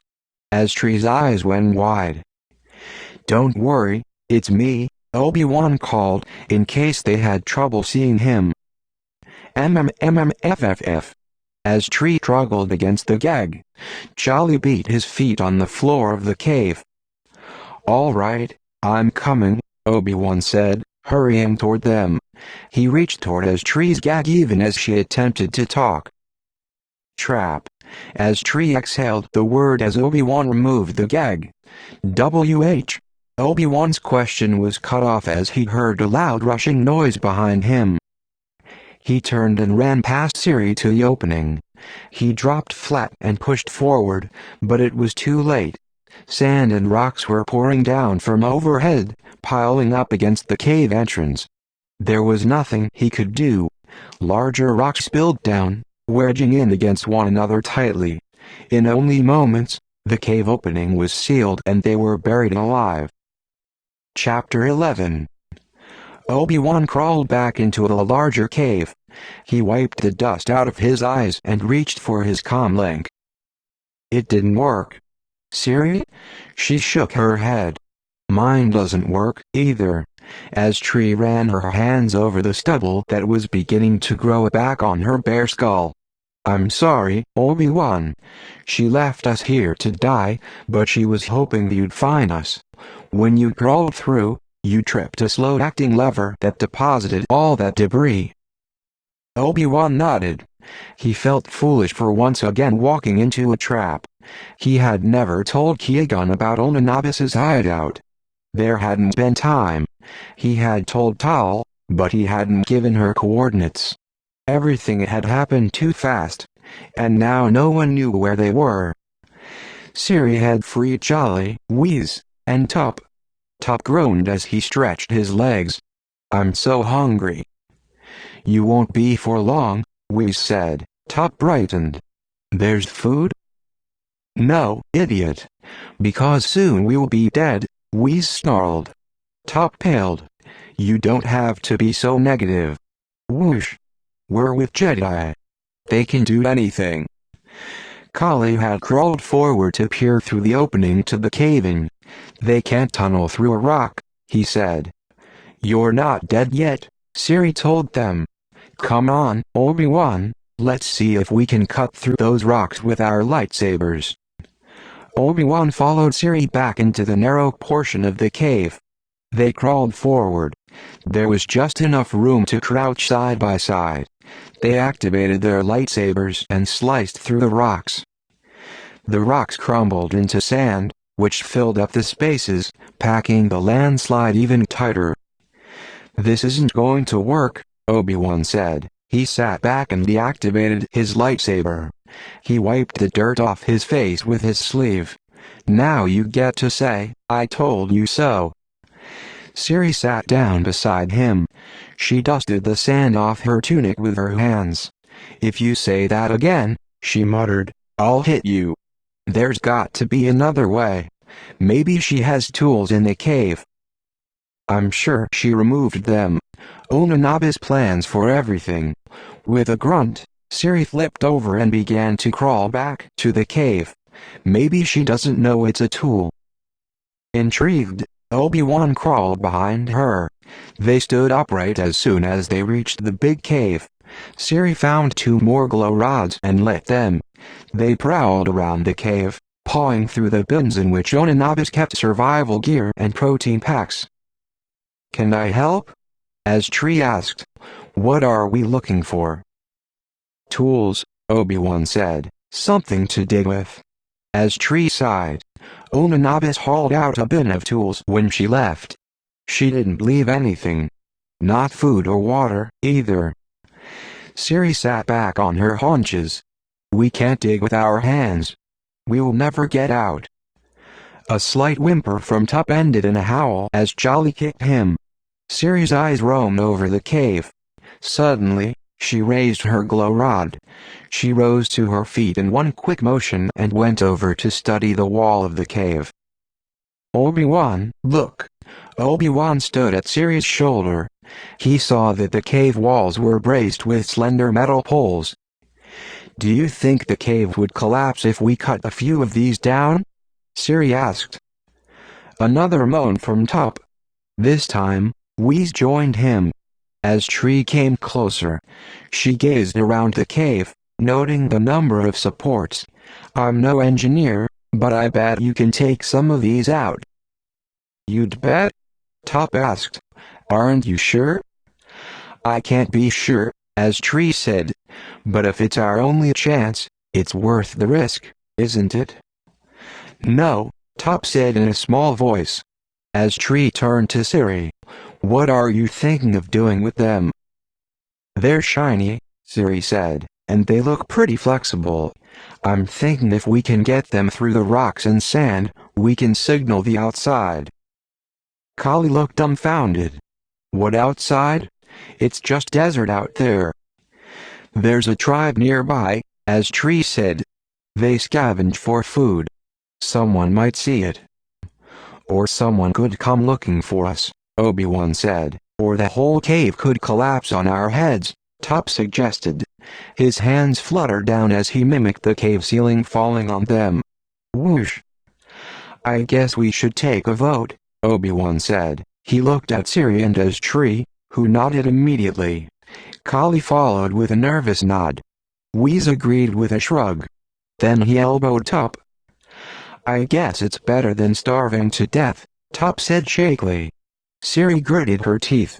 She activated her lightsaber and carefully began to slice through the slender metal pole. It peeled back from the wall and Obi-Wan stepped forward to grab it. A stream of dirt rained down on his head, and Top fell to his knees and covered his head with his hands. "Gibberts and ham, we're done for." The stream of dirt stopped. Obi-Wan scrutinized the ceiling above. "It's all right," he said. "I think it will hold." "He thinks," Top repeated. "Shut up, Top!" Whis and Jolly yelled. Another stream of sand poured down. "Come on, Obi-Wan," Siri said. "Let's see if we can push this through." They wiggled through the opening and crawled forward. It took trial and error, but first Obi-Wan, then Siri threaded the slender pole through crevices in the rocks. Siri hit a rock and wiggled the rod, trying to force it through. The rod snapped. "We'll have to try another," Siri said. This time, Top rolled into a ball and kept his eyes closed as Obi-Wan sliced through the second pole. He eased it away from the wall and had to jump back as a chunk of loose dirt and rocks cascaded down. They heard a rumble overhead. "Don't say a word, Top," as Tree snapped. Siri and Obi-Wan went back to the cave entrance and tried again. He tried to guide the rod through the tiniest of cracks. He pushed, pulled, prodded, and maneuvered, but he got no further. Sweat streaked through the dust on his face. His gaze locked with Siri's. An unspoken agreement passed between them. This time he closed his eyes as he gently moved the rod. Together they called on the Force. He felt it gather power around him. The sand and rocks were part of him. They were connected to everything around him. He could feel the tiny rivers of space through the packed debris. Obi-Wan maneuvered the rod carefully. He felt it poke through. He wiggled it. "I think it's out in the air now." "Good. Push it out as far as you can," Siri breathed. Slowly, Obi-Wan pushed the rod through until he only held the very end. He wiggled it. "Maybe if the wind dies down, the sun will glint on it," Siri said. Obi-Wan wasn't sure if the wind ever died down in that canyon, but he didn't tell Siri that. For the next few hours they all took turns crawling through the narrow cave and holding the rod. They turned and twisted it carefully, in case it could catch a ray of sun. The group split Obi-Wan and Siri's survival rations, but it did little to assuage their hunger and thirst. The air grew close and hot. They barely spoke or moved in order to conserve what little oxygen they had left. When Obi-Wan's turn came again, he took the rod from a weary Top. He lay flat and wiggled the metal. He was tired from the rescue of Qui-Gon and the battle with Onanabis. He could not remember the last time he had slept. But he would lie here and stay alert as long as he had to. As long as there was hope. "Hello in there. Is anyone there?" "Yes. We're trapped," Obi-Wan shouted. "I am Gok Krana. Who is there?" "Gok Krana, it is Obi-Wan Kenobi. I am the Jedi who visited your tribe and asked for your help." "Ah, then it is good I stopped. Stay back, young Kenobi. We will dig you out." Obi-Wan crawled back into the cave. "Siri, as Tree, Kali, Whiz, and Top sat propped against the cave wall, exhausted. "Gok Krana has found us," Obi-Wan said. "He's digging us out." "Thank the stars and planets," Top said fervently. It seemed to take a long time for Gok to dig out the opening. At last light streamed in and they saw the smiling face of Goku's son, Boo. They crawled out of the cave into the orange blaze of sunset. "The wind dies down at dusk, or else we would not have seen the silver rod," Gok said. "Even though we were searching, we saw the dead pilot and knew Omanabis had been here. We went into hiding. But then when we emerged we met the pilot who was supposed to pick up 2 passengers at the landing platform. They didn't show up." Boo said, "What if the wonderful lady who saved our tribe is in danger? So I agreed to look." "Boo saved you?" Boo smiled shyly at Tree, who hugged him. "Thank you, Boo." On their last trip, Tree had made a trade with Boo for information about Omanabis.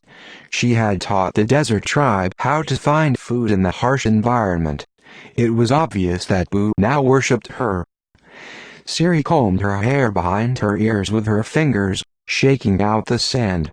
"Did you actually see Omanabis?" "Close enough to touch," Gok told her. "I was nearby when she called someone on her corn link. Someone was trying to persuade her to do something and offered her a cut of a potential fortune if she did so."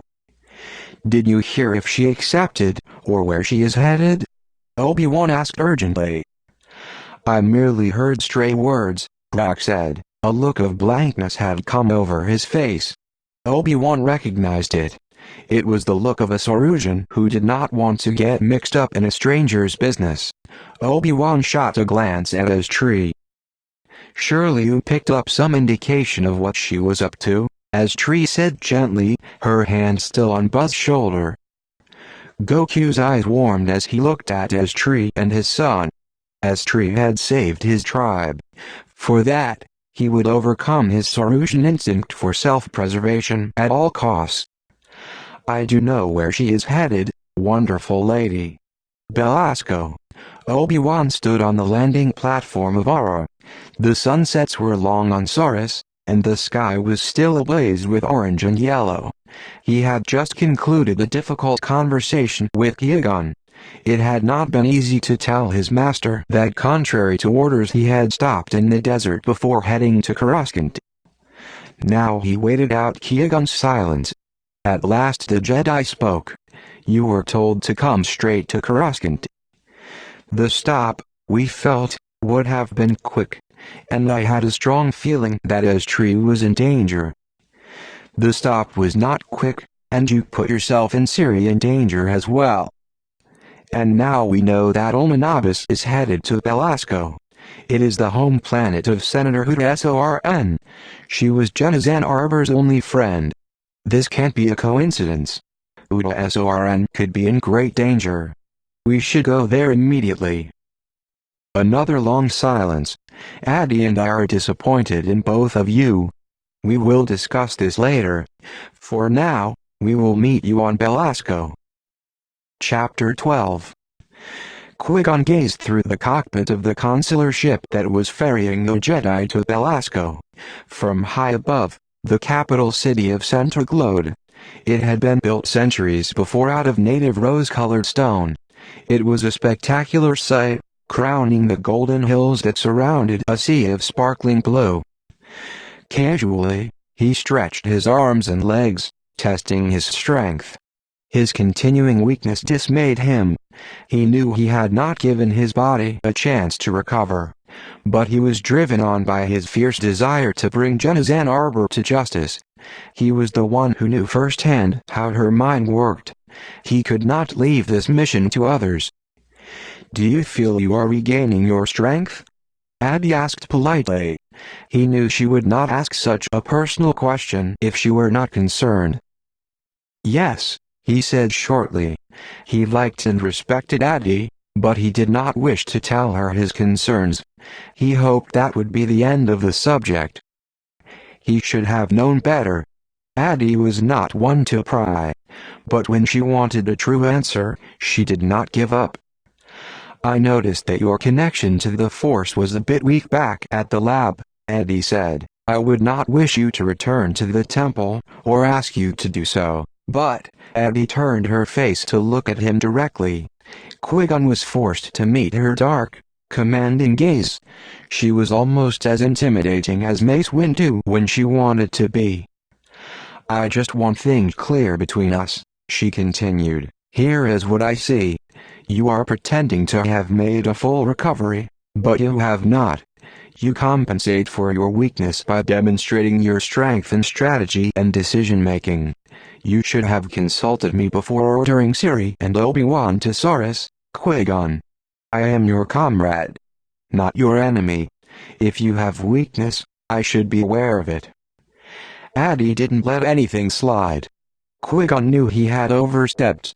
He should have consulted his fellow Jedi Master before issuing the order.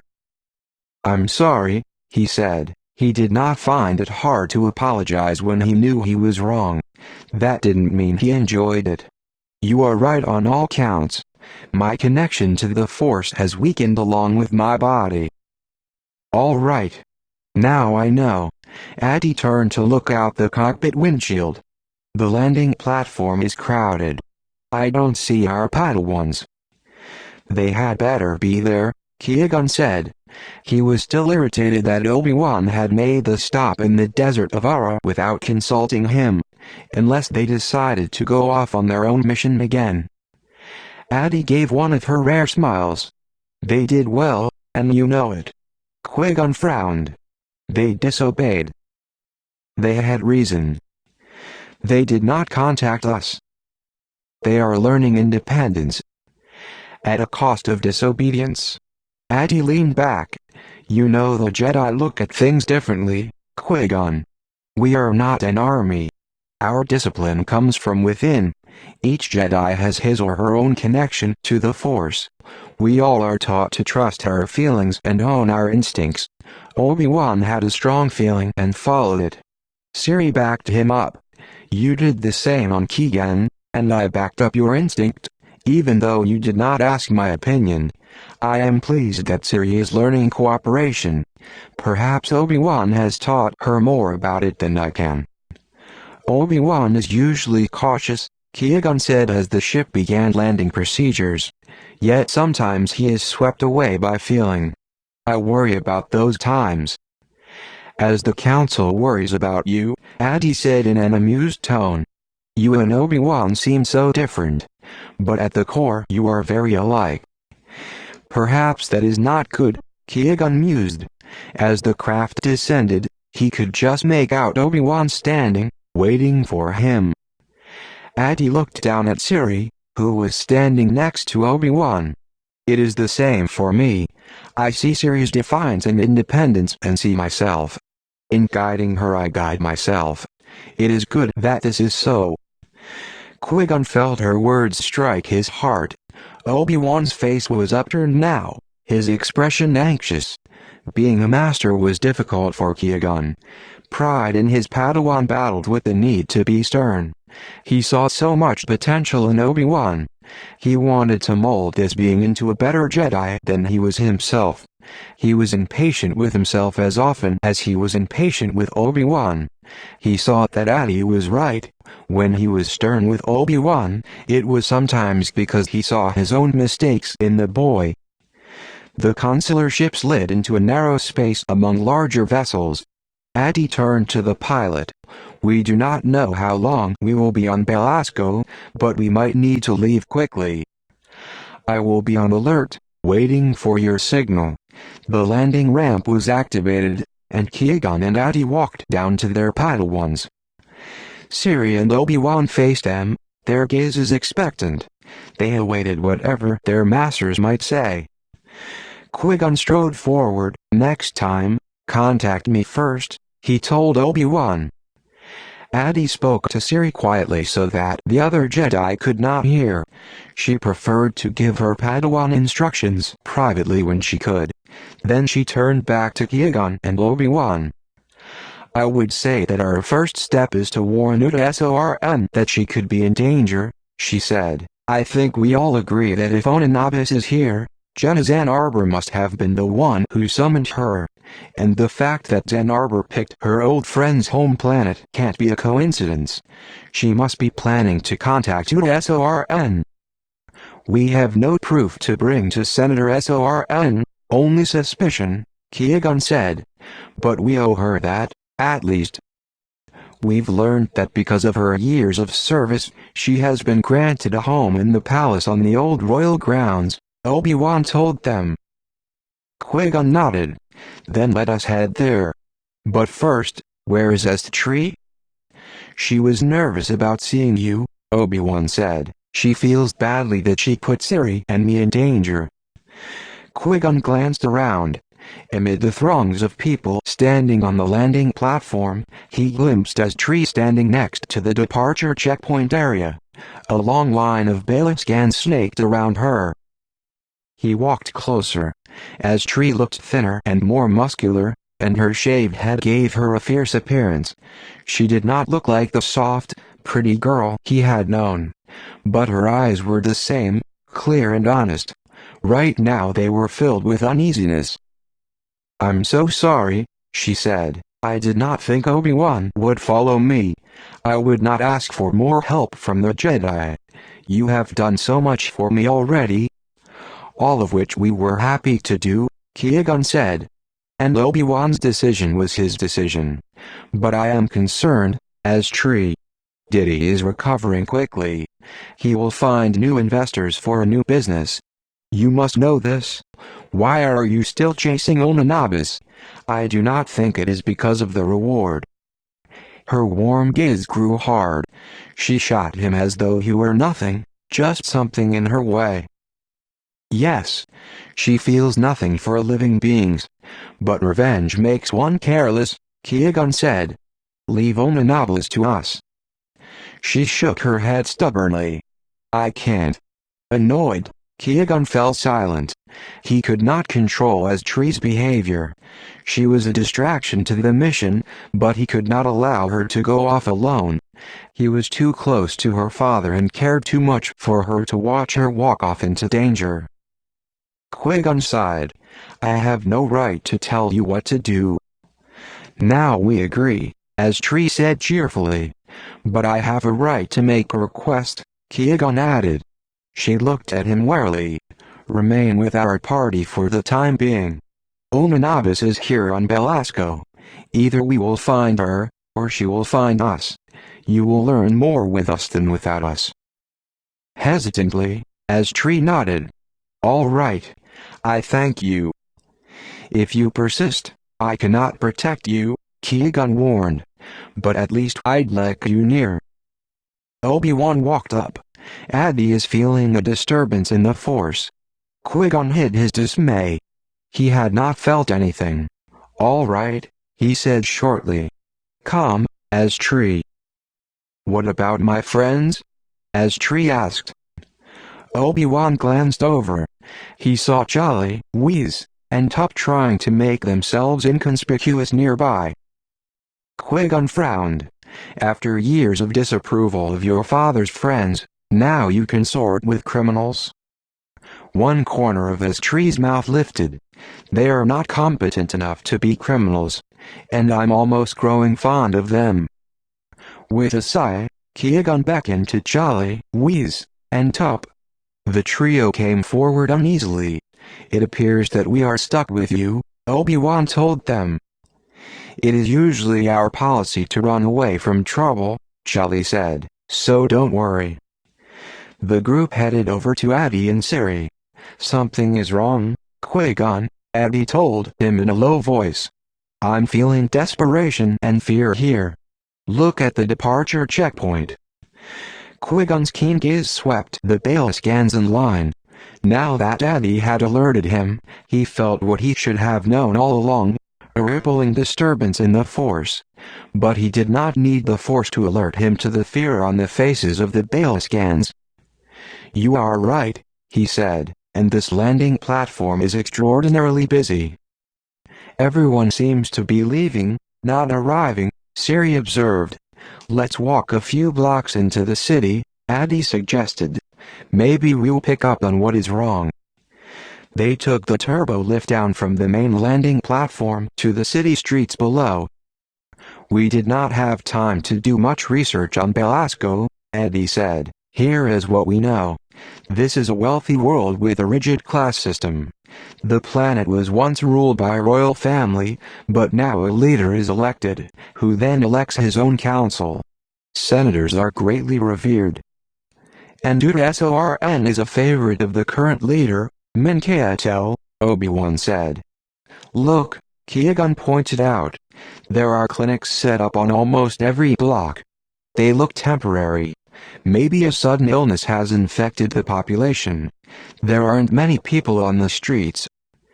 An elder Baliscan sat nearby on his front stoop, his hands dangling between his knees, a lost look on his face.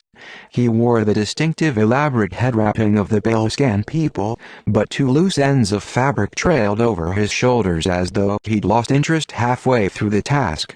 Addy walked closer. I'm sorry to disturb you, she said gently. We have only just arrived on your world. We sense that something is very wrong here. Very wrong. The handsome elder turned a bleak gaze on them. Have you not heard? Our water supply is contaminated. We have not heard. You get your water supply from your great sea, do you not? Addy asked. He nodded. It is run through the desalinization tanks and provides us all with drinking water. Every 7 years, a naturally occurring bacteria invades. We prepare for this. We know how to contain it, and we stockpile water for our use while the scientists control the bacteria. This year, they could not control it. It has multiplied and spread, but not before it took the lives of many elders and children. Among them my granddaughter. I am so sorry, Eddie said. She bent down slightly to give the man a brief touch on the arm. Underneath Eddie's regal manner, her intuitive nature gave her insight into suffering. I am not alone, the Baliscan continued. His bleak gaze swept the empty street. Many are ill on Belasco. Even the leader's own daughter. Most of the ill are children and elders. The leader has set up med wards on the royal grounds. But every day there are more funerals. Even while all our scientists work to contain the bacteria, we are running out of water. And running out of time. Addy bid the elder goodbye and turned to the others. This news is distressing. It can't be a coincidence. Jinn Arbor must be behind this, Qui-Gon said grimly. She has done this before, introduced a virus or bacteria into a population in order to rush in at the last moment and save it. We'd better get to the royal grounds, Eddie said. Hurrying now, they followed the curving street to the palace, which was visible on the main hill of the city. The palace gate stood open to all so that the population could enjoy the gardens. As they walked through they could see that large temporary domes had been set up on the wide lawns surrounding the sprawling rosy palace. Medics walked rapidly by them, and some children sat on benches nearby. They wore white robes, and their thin faces were turned toward the sun. Addy looked shaken. If Jinn Arbor is responsible, this is monstrous. Could she deliberately make all these children sick? Siri asked. I'm afraid she could, Qui-Gon said. Top swallowed. If she could do this to kids, imagine what she would have done to us. They asked a medic for Sorn's whereabouts, and he pointed them to a garden at the back of one of the ward domes. They found Sorn sitting on a bench, watching over a group of children. Instead of her usual jeweled head wrapping, she wore one of fine white linen. A small girl with dark curls sat in her lap. Sorn was speaking to the girl with a smile on her face, but it faded when she saw the Jedi. This is a surprise, she said to Qui-Gon. She gave a disdainful glance to Astri, Kali, Whis, and Tup. Is this your new entourage? The little girl shrank shyly back against Sorn's lap. Qui-Gon crouched down and smiled gently at her. "And who are you?" "Jolie can't tell," she said, and added confidingly, "I'm sick." "I am very sorry to hear that, but I'm sure you will be well again." She nodded. "My father says it is so." "Then it is so," Qui-Gon said gravely. Udsorn gently eased the girl off her lap and gave her a gentle pat. "Go sit with the others, Jolie. I need to speak to these people." Unfortunately, the little girl wandered off, the sash of her robe trailing in the grass. Udsorn's face was creased with worry as she watched her. "I have volunteered as a med aide," she said quietly. "I thought I could help. I did not know it would break my heart." "Is that the leader's daughter?" Addie asked. "Yes, but she is no more important than all of these children," Udsorn said, waving her hand to take in the war domes. "They're our future. We must save them." She turned to them. "What is it that you want?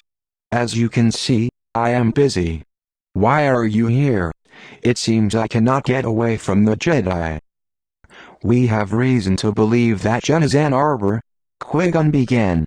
She stood up angrily. "Not this again. You have told me what you believe about my former friend. I have not heard from her, nor do I wish to. She has nothing to do with me." "But we think that she does," Eddie said. "We think that she is here, on Belasco. We're not sure why. There could be some link that we are overlooking, some reason she needs to contact you again." "But she hasn't," Udsorn said impatiently. "And I will not see her if she tries." "All right." "She might insist," Qui-Gon said. "And she can. Onanabis is here as well.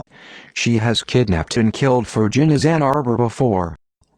"If you're trying to frighten me, it isn't working," Udsorn said dismissively.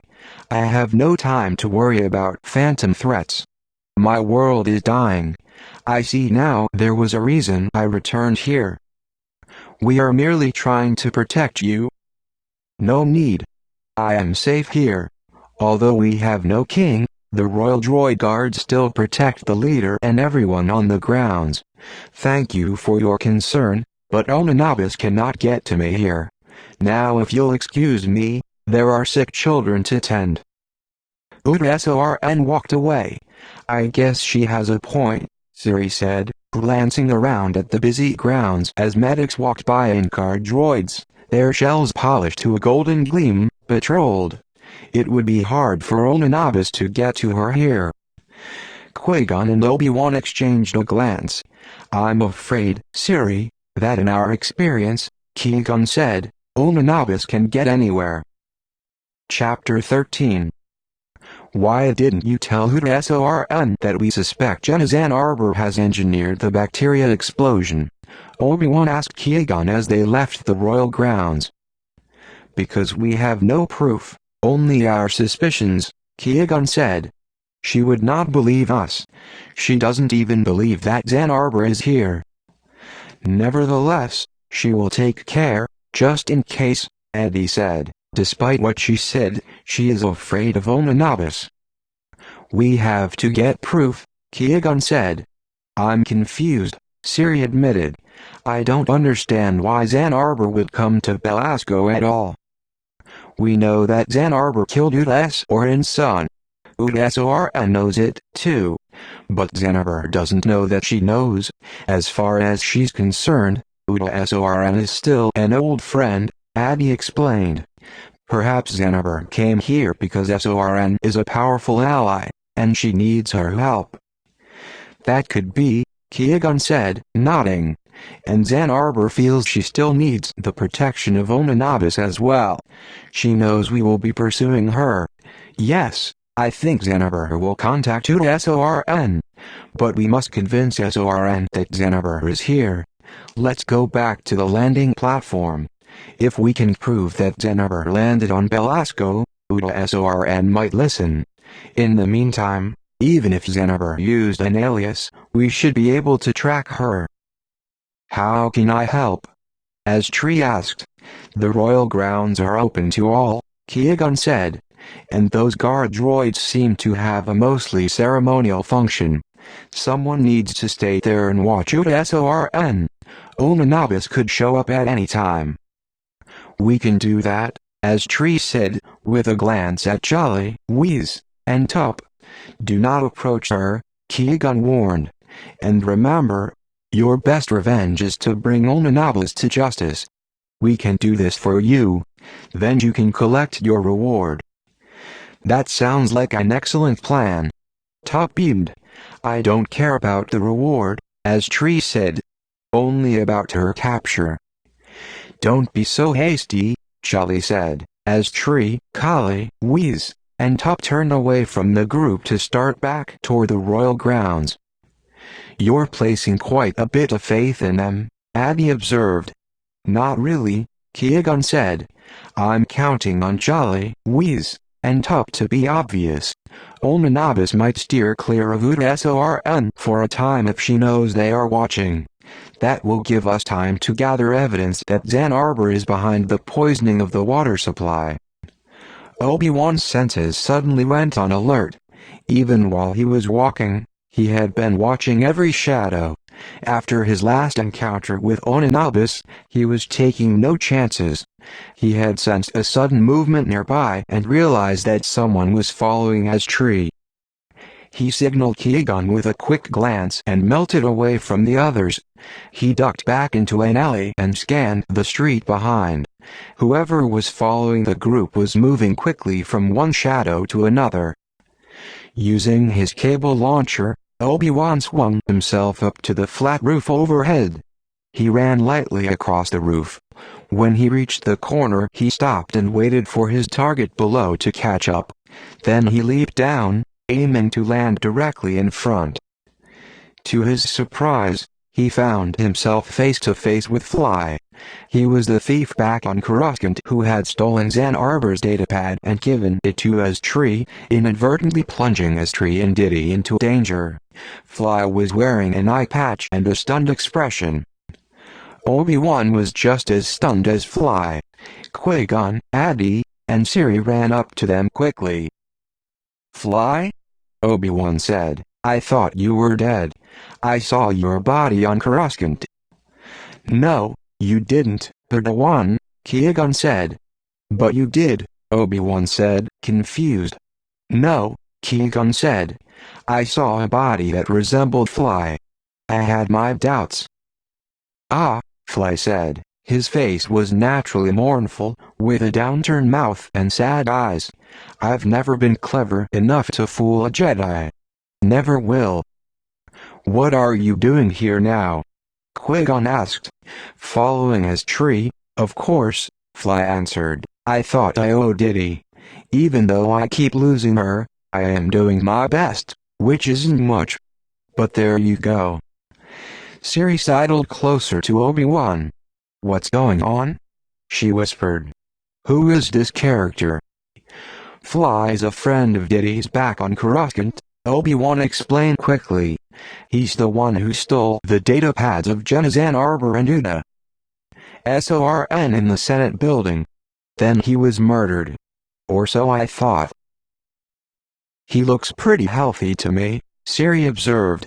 Hey, I lost my eye. Fly protested. I can see that. I'm sorry, Siri said. I mean my false eye, Fly explained. It was a beauty, wasn't it? He asked Qui-Gon and Obi-Wan. But I decided I had to leave it at the scene of my murder. It's those kinds of touches that convince people you're really dead. How did you do it? Obi-Wan asked curiously. I have a friend who works at the morgue on Coruscant, Fly explained.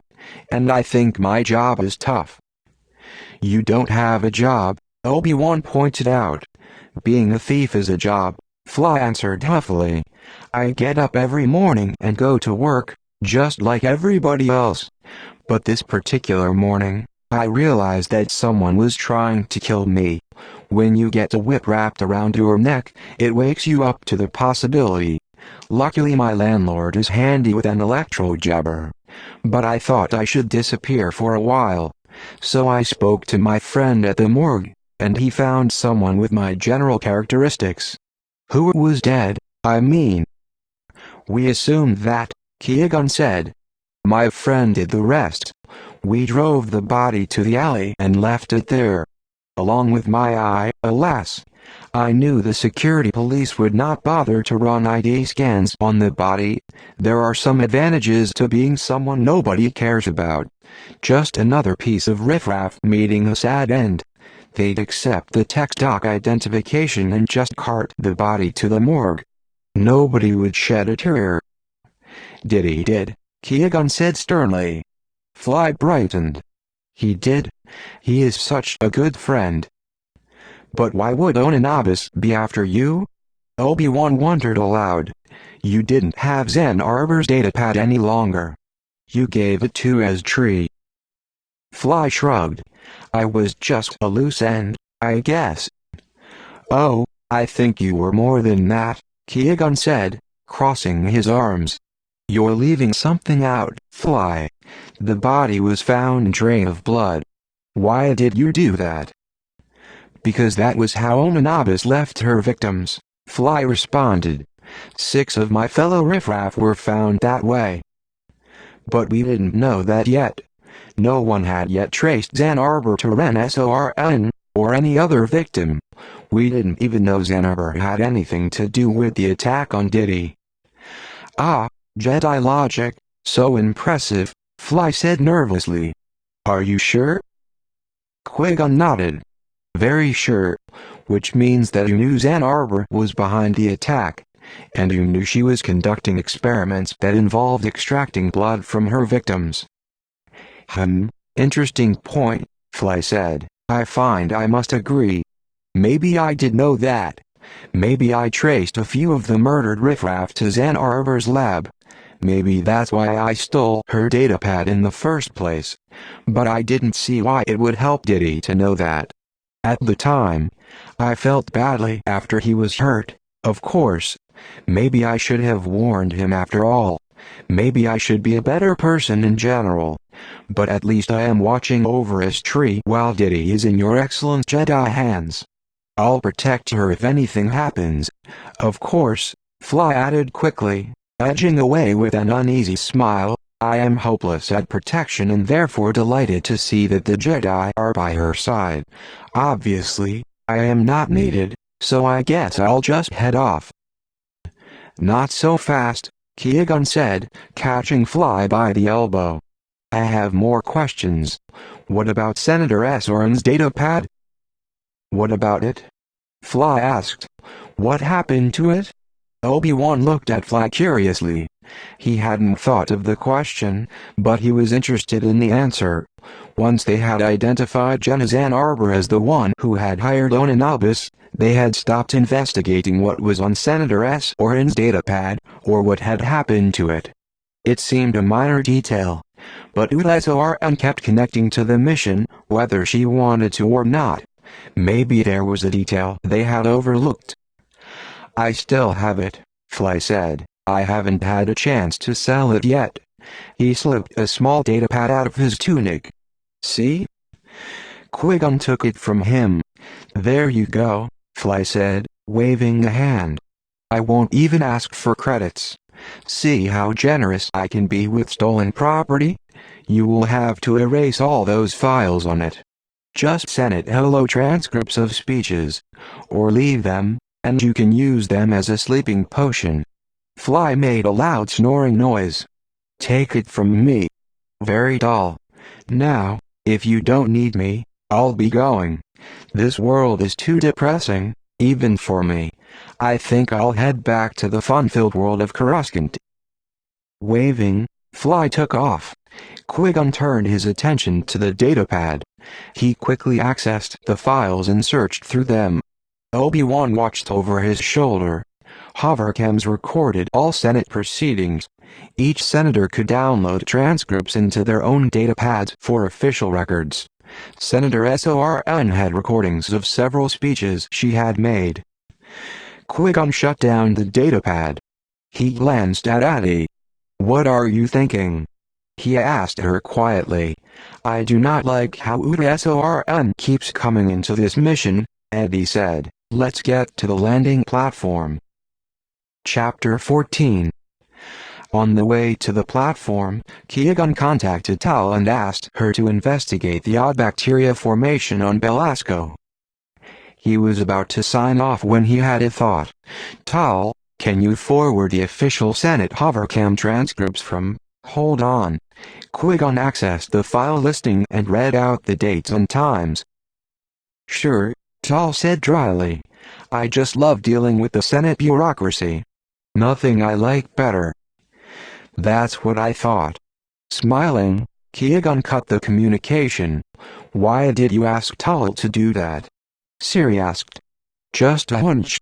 I want to make sure the transcript on Senator Soren's datapad matches the official file version," Qui-Gon explained. "I've heard of senators bribing the operators to alter official transcripts for one reason or another. There must be a reason Senator Soren has kept those transcripts on her datapad. Maybe we'll find out why." At the docking platform, the Jedi headed for the official in charge of off-planet vessel registration. Transports to Belasco had slowed to a trickle as word had reached the galaxy of the water shortage. It was easy for the dockmaster to check the records over the past 2 days. "That viewing cruiser is unusual," the official said. "You don't see many of them in private use. I think I can find it. Here it is. Registered to a Belascan native who was arriving home. Sir Eleni and 1 passenger." "Do you have a record of the passenger?" Addy asked. "Can you give us a description?" "Do you think I remember every ship that docks here?" the official asked, shaking his head. "Just the pilot of the vessel registered. That's all we require. Sorry." They thanked the official and walked out onto the busy platform. "It could be them," Eddie said, "but we need proof." "Let's ask a worker," Qui-Gon suggested. He gazed around the platform. "Why don't we each pick someone and see what we can find out?" The group split off. Obi-Wan stayed where he was. He scanned the different workers on the platform. Some were checking tech docks, some directing transport, and some refueling ships. He did not know how to choose. But then he noticed a young woman, dressed in the coveralls of a mechanic, who was working at the refueling bay. The young woman was busy doing her job, but as she worked she gazed at the different ships as they came in for landings. Something about the alertness on her face caught Obi-Wan's attention. This was someone who admired sleek airships. She would remember the viewing cruiser. He walked over and nodded a hello. "If you need refueling, you have to signal the controller," the worker said. "Get a number and wait your turn. You can signal from your ship or go over there." She pointed to a booth a short distance away. "I don't need refueling," Obi-Wan said. "I'm looking for someone." She landed in a viewing cruiser. Black with silver underside. "I remember that ship," the young woman said, her eyes suddenly brightening. "She was a beauty. I'd love to get my hands on those controls." "Do you remember the pilot and passengers?" She wiped her hands on her coveralls, thinking. "I remember I was surprised. I expected some hotshot pilot to come strutting out of that cockpit. Instead there was a petite human woman and a sick old man. Her father," she said. "I refueled them." "How do you know he was sick?" Obi-Wan asked. "Because he was taken out on a medsplint. I don't think he was conscious. A medic met them when they landed. A tall Belascan male. That could have been Onanabis in disguise."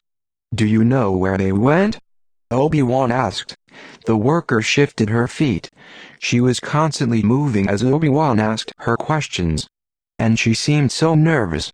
"No, but they had to file a flight plan." Gazing at Obi-Wan, she wiggled her foot. Obi-Wan noticed the movement and looked down. A small hand was curled around the worker's ankle. "That's my boy, Ned," she said in a whisper. Please don't report me. I had to bring him to work this week. My mother is ill and she's the one who takes care of him." Obi-Wan smiled down at the boy, who looked up at him. A small toy was clutched in his dirty fist. "I won't tell. Thank you for your help."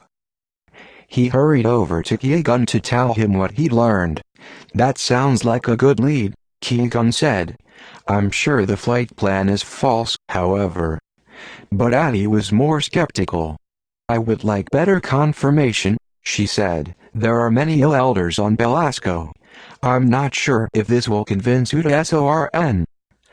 "I hate the thought of Nor being unconscious," Siri said worriedly. "She drugged him, most likely," Qui-Gon said. "If that was really Nor," Addie said. Obi-Wan caught Qui-Gon's irritation. Addie's instincts were renowned, but she did not abandon her need for absolute facts. They needed proof. Suddenly, Obi-Wan remembered something that had nagged at him. "Wait," he told the others. Then he hurried back over to the worker. She looked at him anxiously. "I'll lose my job if you tell my supervisor about Ned." "Don't worry," Obi-Wan assured her. He crouched down and spoke to the boy. "That's a nice toy. Can I hold it for just a second?" The friendly boy nodded and handed it to Obi-Wan. It was a model of a tiny V-wing cruiser. It had been cleverly fashioned from slender threads tightly wrapped over bits of metal.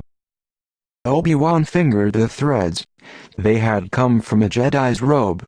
Nur had only pretended to be unconscious. He had left them a clue. Chapter 15. Now that they knew for sure that Nur was on Belasco, they had to discover why Jenna's Ann Arbor had traveled there. Addie and Qui-Gon set up 2 datapads on board the consular ship. They ran the Senate transcript on one datapad, and SORNs on the other. Obi-Wan and Siri sat, watching intently. "Look for the smallest difference," Qui-Gon advised. "There will be much talk, so listen carefully." The holocom had recorded a session in the Senate that dealt with regulations in the Mind Emir system. Senators got up and spoke endlessly about complicated rules. They interrupted one another and heaped praise and scorn on one another. They spoke for long minutes and said nothing. Siri caught Obi-Wan's eye and faked a huge yawn. Addie saw the gesture. "Every task requires full attention," she told Siri sternly. Then she turned back to Qui-Gon and murmured, "But I'm having trouble myself." "I don't understand," Obi-Wan said. "SORN isn't even visible in the transmission." "Exactly," Qui-Gon said. Obi-Wan was mystified. He returned his attention to both transmissions, but it was hard to know what he was looking for. At last a list of regulations was passed. The holocom hovered above as senators rose to the front of their boxes to vote. The regulations were passed by a majority. Then, the screen went black. "Shall we play it again?" Addie asked. "Do we have to?" Siri muttered. "Wait," Qui-Gon said. He scanned backward as the vote was called. "I think I know what is different. Here." He pointed to the screen on the left, which was the official Senate transmission. "Look at the delegate from ENA 111, he said. He pressed the zoom function on the transmission for a closer view. He is not pressing the yes button. He is voting against the measure. Yet in the audio he is voting for it." Qui-Gon pressed the zoom function on the second datapad. "And here, he has recorded a no vote. This is SORN's version." Addie leaned closer. She altered the official Senate record. "I'm sure if we study this we will find other votes that have been changed. The Senate recorder uses the official transcript to record votes. These regulations were never passed. Senators vote on thousands of regulations. Mind Emir is a small system. It is a risky move, but this transcript is from 8 months ago. Obviously, she got away with it." "But why would she care about a regulation on Mind Emir?" Obi-Wan asked. I'm sure she does not care for herself. She was paid to do this, Qui-Gon said. Paid in credits or influence. The question is, who paid her? Jenna's Ann Arbor? Siri guessed. That is what we need to know. Qui-Gon was already reaching for his comlink. This is a job for Tal. He walked away a few paces to speak quietly. Why would she keep the real transcript? Siri asked. It could incriminate her. For blackmail, Eddie said. She could always threaten to expose the person who engineered this. She could send it anonymously to the Senate. Perhaps she's covered her tracks so well that they could not tie the deception to her. Qui-Gon returned with the news that Tal would get back to them as quickly as possible. They reviewed the other transcripts. It was easier now that they knew what they were looking for. In each case, the votes had been altered. By the time they finished, Tal had signaled Qui-Gon. You are right, she said. Jenna's Ann Arbor conducted a series of experiments on the water supply of Mindamere. She needed a large planetary system to prove her theory, apparently. Endangering a whole system was of course against Senate regulations. But Senator Sorn introduced legislation that would allow this, if the planet's legislative body agreed to the experiment. The measure passed in the Galactic Senate, and a few weeks later the government of Mindamere voted to allow the experiment.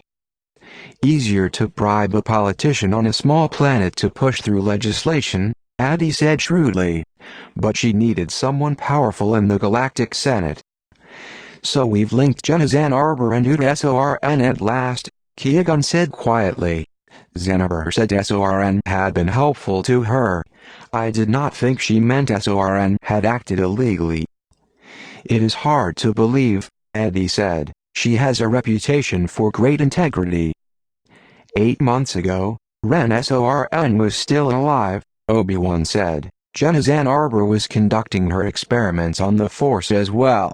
What if Senator Sorn knew this?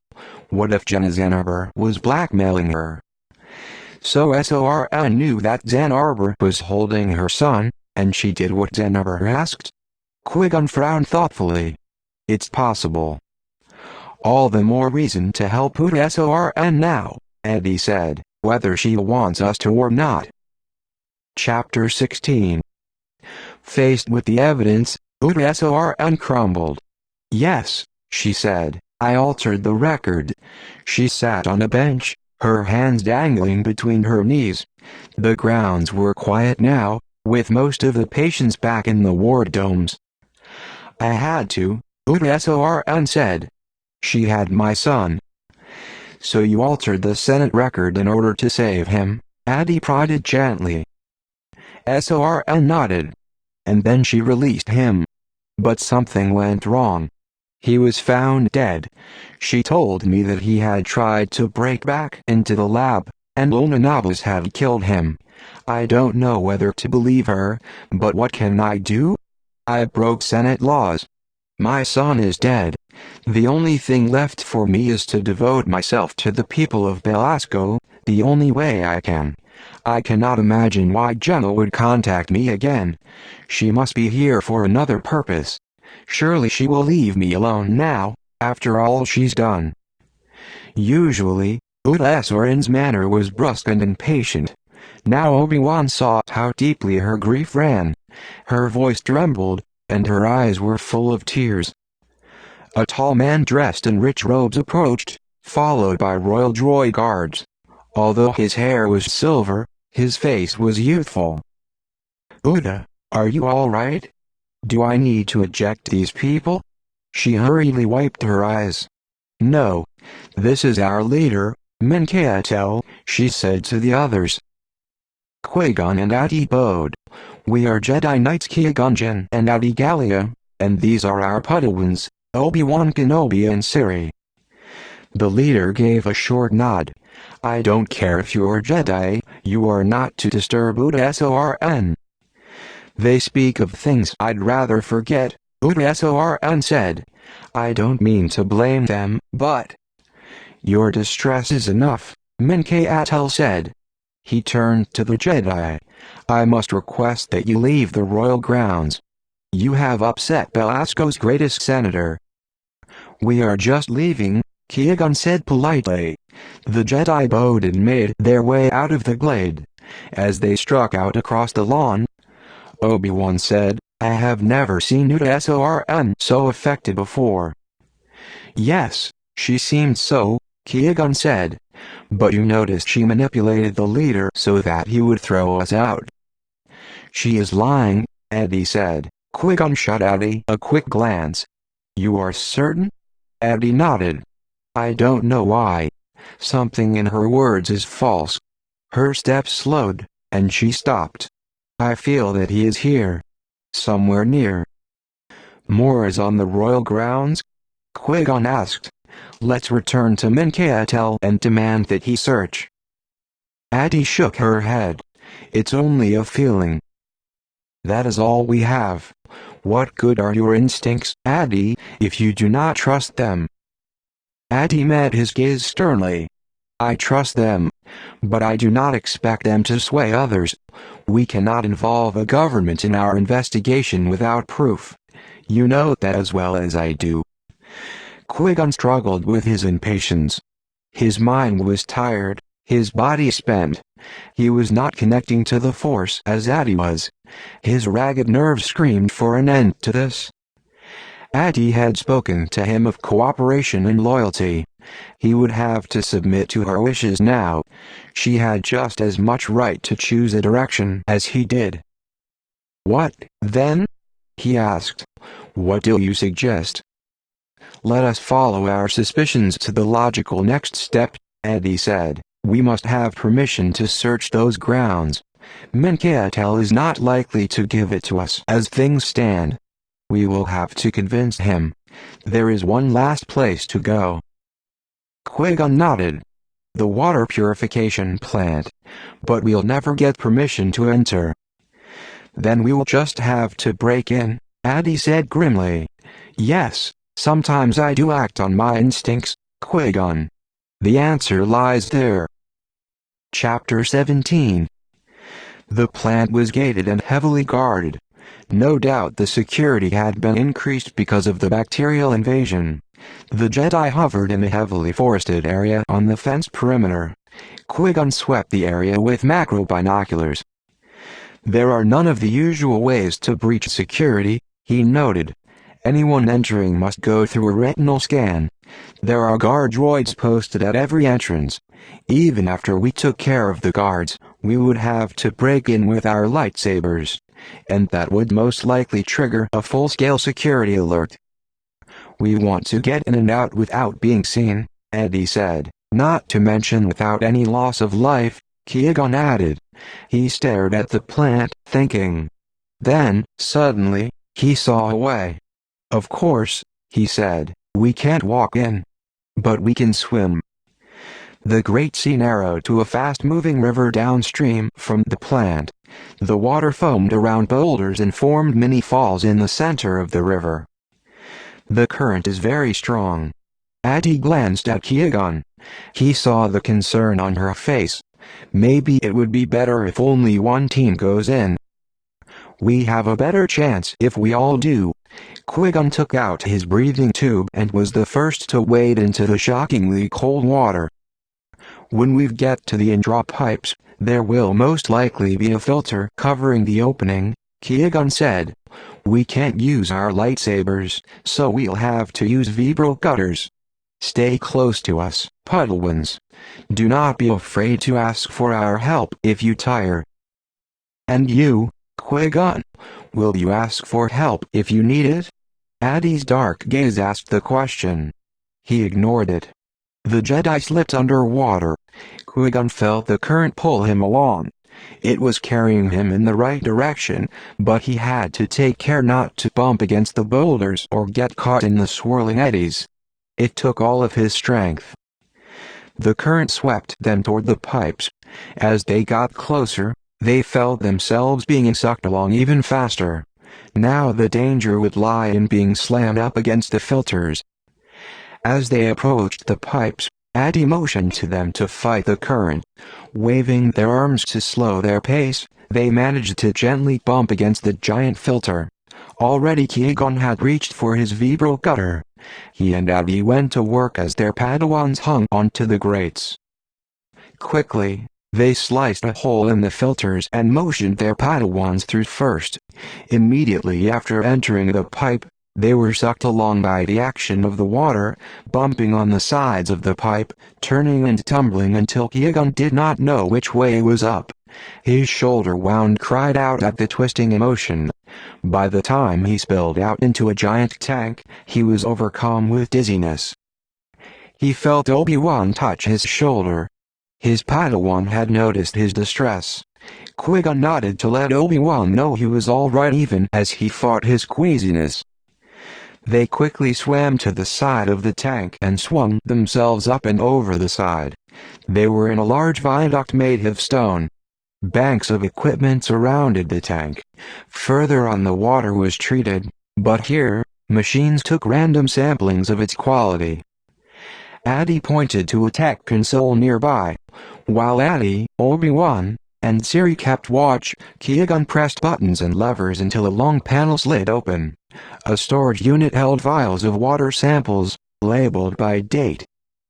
"We'll never get out the same way," Qui-Gon said to Adi as he tucked the samples into his tunic. "We'll have to find some tech jackets and pose as workers." She nodded. "There's got to be a supply closet."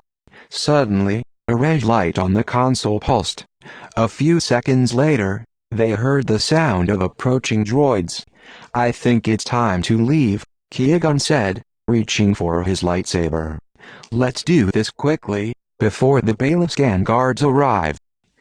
The guard droids wheeled around the corner, blasters held high. The Jedi charged as one spinning block, lightsabers in constant motion.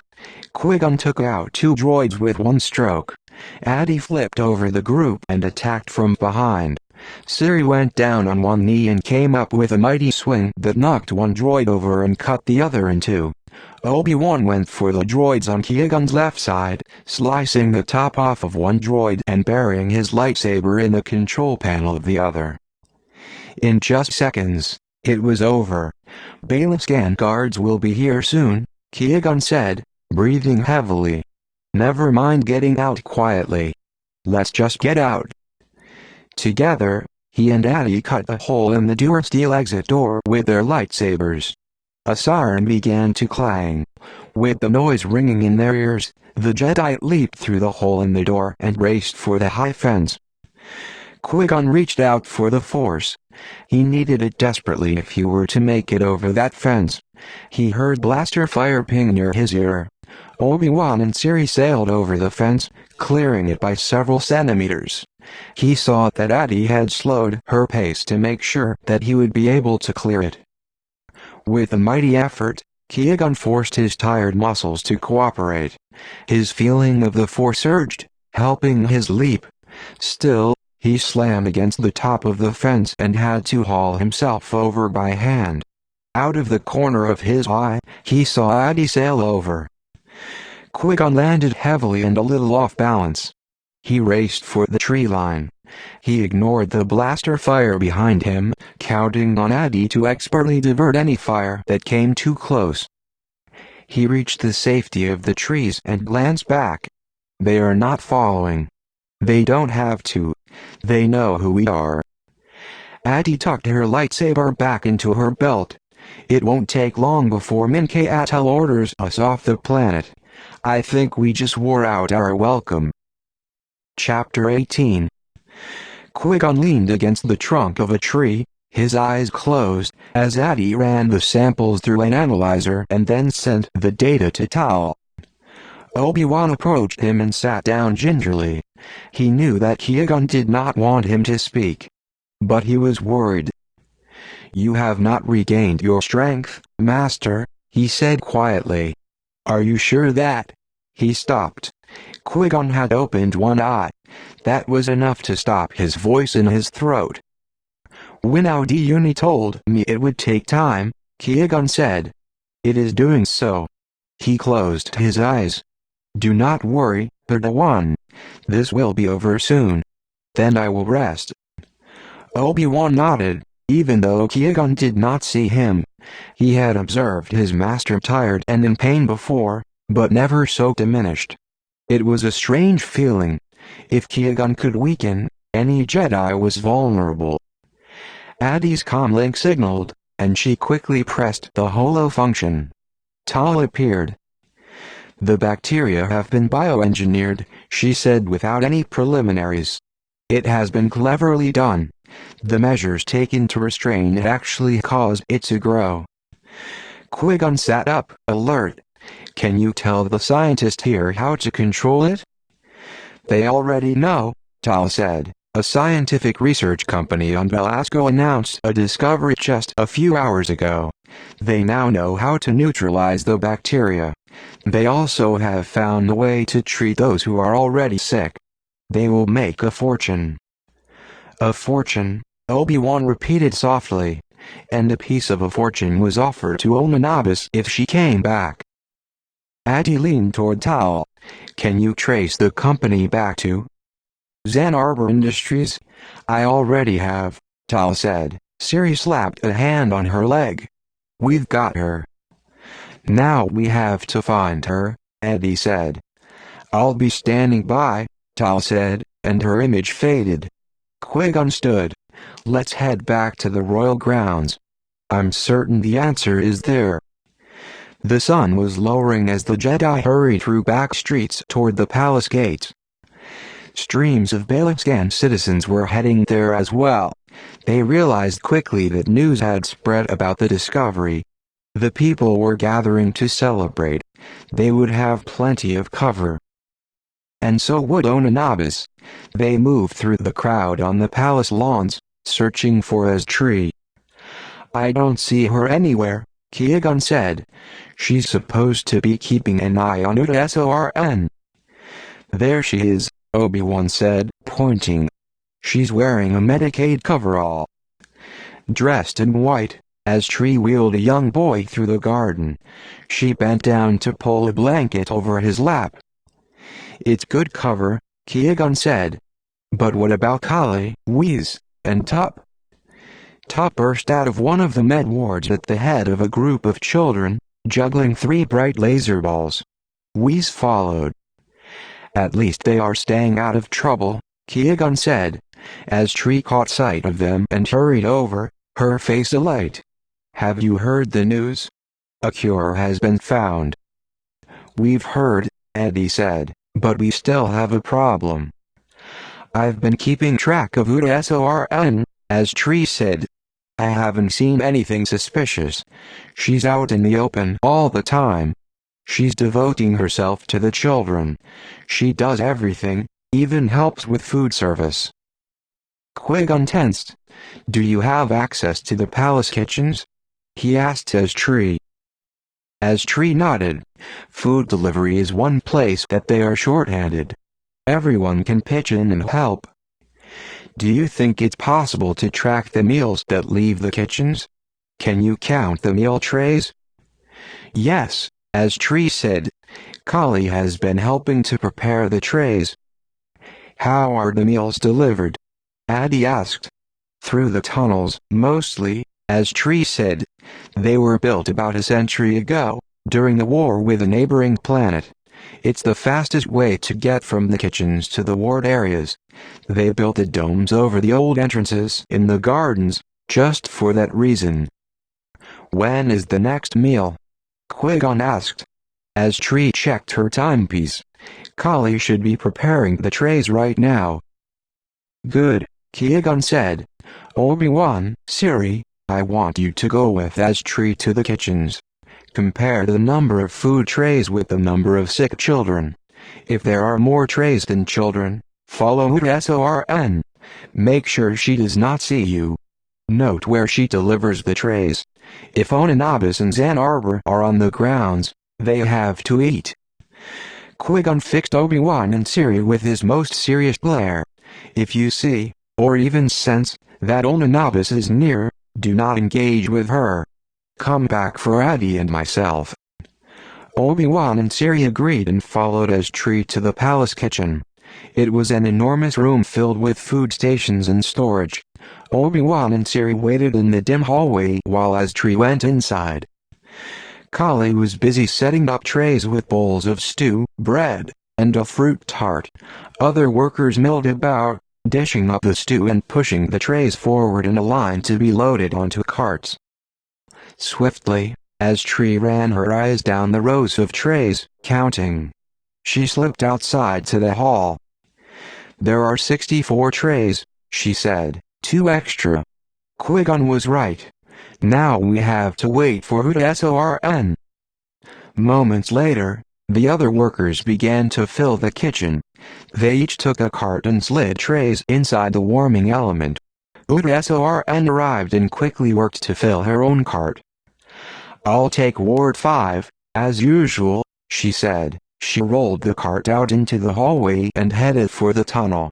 Obi-Wan and Siri pressed back against the wall. They moved silently behind Sorn, keeping as close as they dared through the twisting maze. Sorn delivered the meals to Ward 5 first. They watched as she ascended the ramp into a ward. When she returned, she still had 2 trays on her cart. She made a sudden turn and came straight toward them. Obi-Wan and Siri threw themselves back into a side tunnel. They flattened themselves against a wall and tried not to breathe. If Sorn came down this way, they would be discovered. They were lucky. She turned down an opposite tunnel. After a moment, they followed cautiously. The tunnel narrowed as it turned sharply to the left. Obi-Wan had been careful to keep track of how they were moving. He knew that they had turned away from the main wing of the palace and the wards and were heading toward Sorn's private quarters. Suddenly, they heard the cart stop. Obi-Wan crept forward. He peered around the corner long enough to see Sorn place the trays on the floor. Then she turned toward him. He ducked back and motioned to Siri. The two ran lightly down the tunnel, hearing Sorn behind them. She could not move as fast due to the cart. They reached the main tunnel and Obi-Wan headed left, guessing she was on her way back to the palace kitchens. After a few moments Sorn emerged and took the route Obi-Wan had predicted. Obi-Wan and Siri headed back the way they had come. They waited at the curve of the tunnel. "What if Onanabis comes from behind us?" Siri whispered. "We run," Obi-Wan whispered back. To Obi-Wan's surprise, a small vent in the ceiling over the food trays opened. Onanabis slithered through, her Sarusian skeletal system compressing to allow her to fit through the tiny space. Siri's hand went to her lightsaber. She began to draw it out. In a swift move, Obi-Wan put his hand on her wrist to stop her. She glared at him, but he did not let go. Onanabis picked up the sweet fruit tart from one tray and popped it in her mouth. Quickly, she gobbled up the second tart, then wiped her fingers delicately on her tunic. "Sneak," Siri whispered in Obi-Wan's ear. Onanabis pushed the food trays through the vent overhead. Then she hoisted herself up and through. "We should have attacked," Siri whispered fiercely after Nabis disappeared. "Siri, Qui-Gon told us not to," Obi-Wan said irritably. "But we were so close. And she didn't have her whip," Siri argued. Her blue eyes glinted a challenge in the darkness of the tunnel, and she thrust her chin at Obi-Wan. "Or were you afraid to meet her again?" Chapter 19. Adi and Qui-Gon listened to Siri and Obi-Wan's story. Adi gave a satisfied nod. "They're here. That means that Nora's here as well." Adi glanced at Qui-Gon. "We have enough to speak to the leader. We must take the risk." "I agree," Qui-Gon said. "If we are lucky, we will avoid a battle. Whether Sorn is being forced to hide Ann Arbor or not, he must be told." Around them, preparations for a celebration had begun. The leader had decided to throw a grand party for the city of Senta. More and more of the population streamed into the royal grounds. The gardens glowed with candles and lights. Musicians were beginning to set up near the flower garden. Servants, officials, and townspeople milled about on the lawns, fragrant with evening dew. Menkayatel sat, beaming, with his wife. Their daughter sat between them, wrapped in a warm quilt. Udsorn sat to their right. As the Jedi walked toward him, Menkayatel's wide smile faded and he fixed them with a stony glance. "I have received a report that saboteurs broke into the water purification center, no doubt to reintroduce more deadly bacteria," he said. "My security chief tells me these saboteurs were Jedi. Either you are impersonating Jedi, or everything I know of your order is wrong. Which is it?" The leader gave a signal, and the gleaming guard droids appeared, flanking the group of Jedi. "We are neither saboteurs nor impersonators," Addie said in her strong, commanding voice. "We are Jedi Knights, come to find one of our own and to investigate your troubles." "We do not need your help," Menkayatel said haughtily. "But you need to know what we discovered," Qui-Gon said. "The bacteria in your water supply was deliberately introduced." "You are strangers here," Menkayatel replied stonily. "You do not know that on Belasco, this bacteria arrives every 7 years." "We do know this," Qui-Gon said, "as did the person who bioengineered the bacteria to reproduce. She knew that you would not suspect that it was artificially introduced into your system because it was something you had seen before. But this bacteria was different. It was meant to multiply in response to the attempt to contain it." Menkayatel stared at them. "And who would do this thing, and why?" "Someone who stood to profit by eliminating it," Addie replied. "A brilliant scientist named Jennazan Arbor. She is behind the scientific group who will cure it, and she will make a fortune, enough to help her escape justice and remain a fugitive." "She is not Belascan," Menkayatel guessed. "How could she do such a thing without help?" "She had the help of a prominent Belascan who had access to areas of the highest security," Addie responded. She fixed her commanding gaze on Udsorn. Sorn did not bluster or deny the charge. She raised an eyebrow and looked disdainfully at the Jedi. Menkayatel glanced at Sorn. "This is preposterous," he said. "You try to cover your own involvement by accusing one of Belasco's finest citizens. I will contact the Jedi Council. I will not let this accusation stand." "Udsorn is hiding Jennazan Arbor and the Jedi Master she is holding hostage," Qui-Gon stated. "If you would give the order to search her quarters, you would find them." "I will not give such an order." Addie and Qui-Gon activated their lightsabers in a split second. Obi-Wan and Siri quickly followed. "I'm afraid we must insist," Qui-Gon said. "A Jedi is being held captive on your grounds. That makes you responsible. If we must fight a battle to release him, know that we will." Menkayatel looked uncertain. "There is no other Jedi here. Only wards full of sick children and elders." "I saw a sick elder," Menkayatel's daughter, Jolie, suddenly piped up. She shook the doll in her lap, moving its arms and legs. "He made this?" "And how did he give it to you?" Addie asked gently. "He threw it down into the bushes," Jolie said. "He threw down other toys to the children. Mine is the best." She smiled down at the doll in her lap. "It is the prettiest."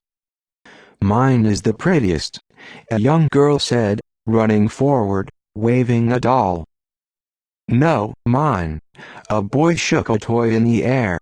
Qui-Gon walked forward. He gently took the doll from Jolie's hand. He held it against his robe. The color and texture of the threads matched exactly. "Do you still say a Jedi is not on your property?" he asked Menkayatel. Menkayatel's eyes traveled high above to the window where his daughter had seen the toy maker. It was in Udsorn's quarters. He did not look at Udsorn. "Search her quarters," he said to the captain of the guard. Udsorn shrugged as the members of the royal guard rushed off. They will find nothing.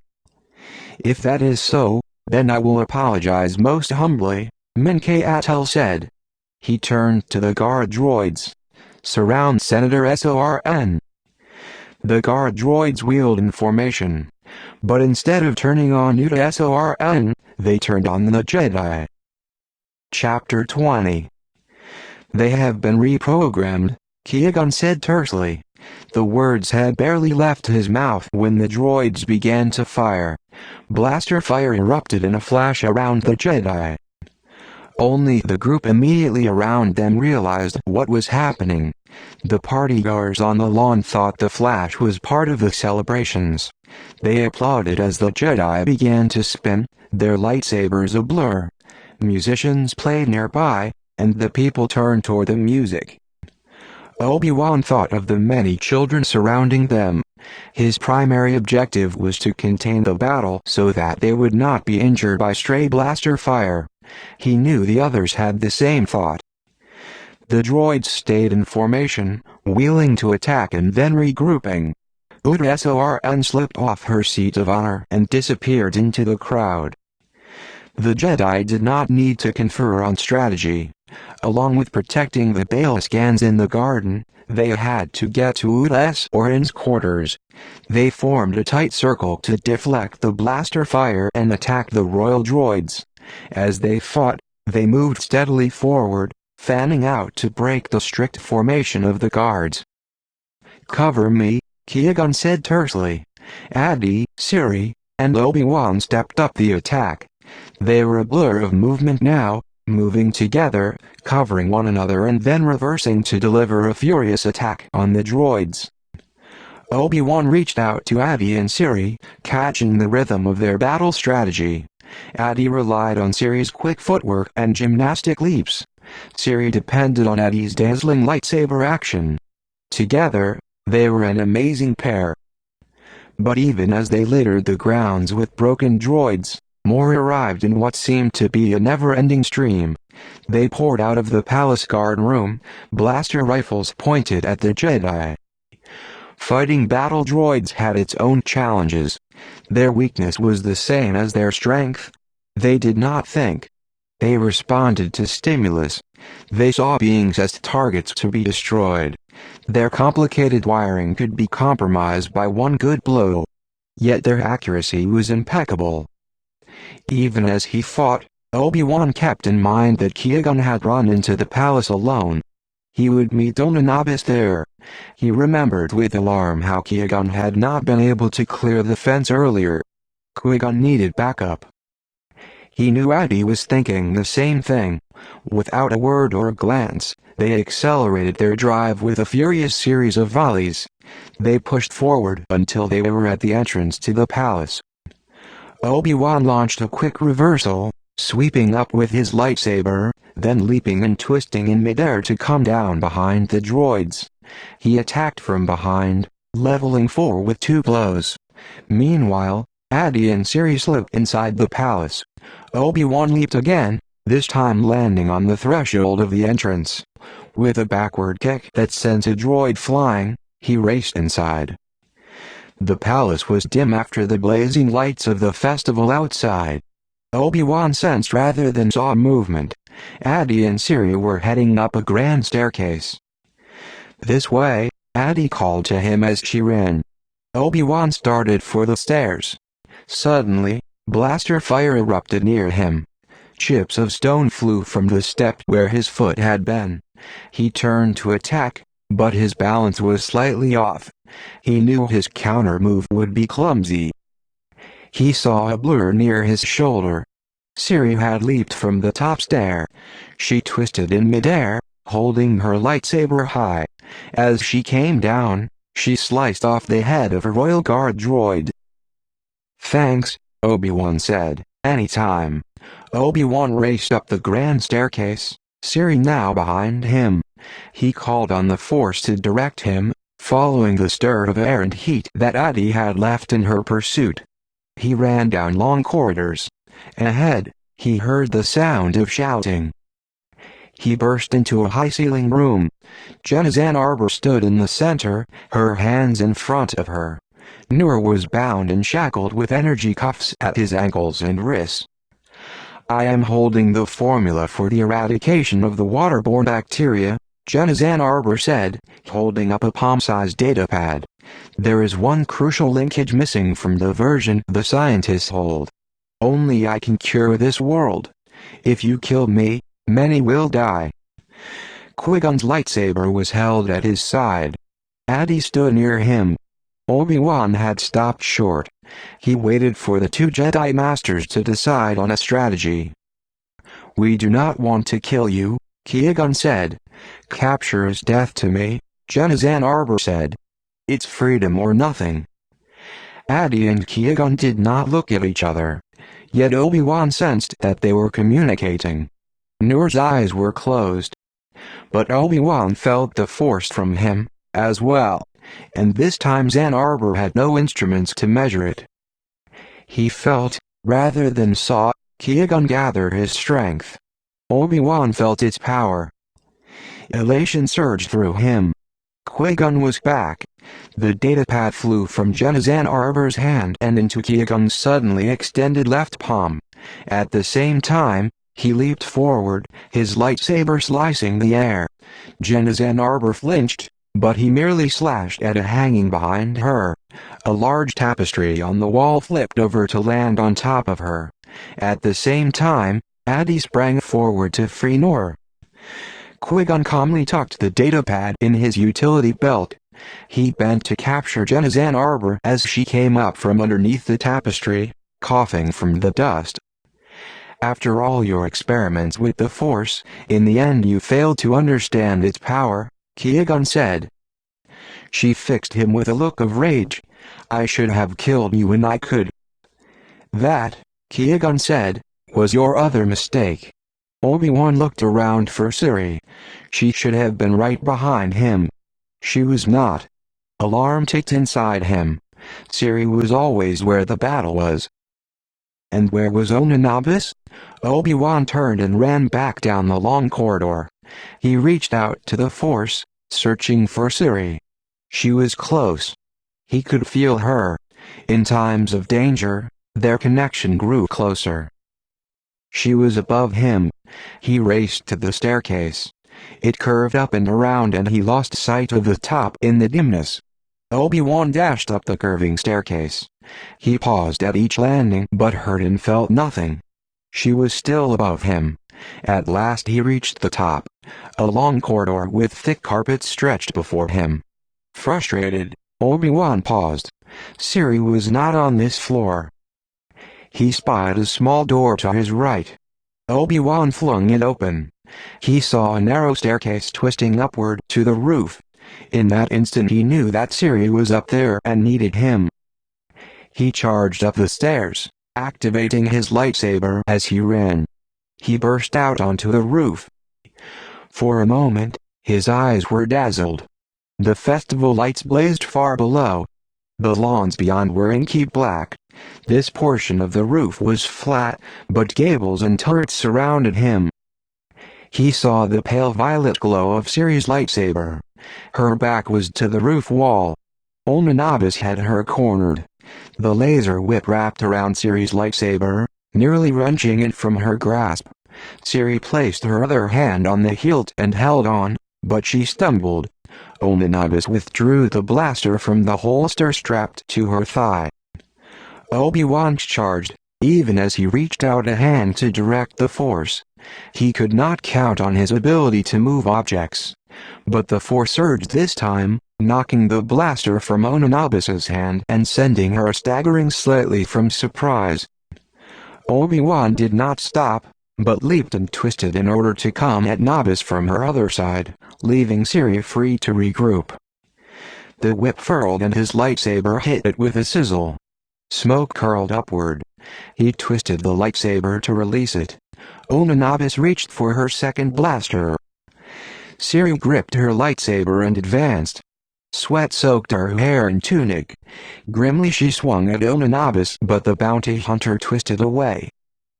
"Come on, children," Onanabis spoke at last. She bared her teeth. "You can do better."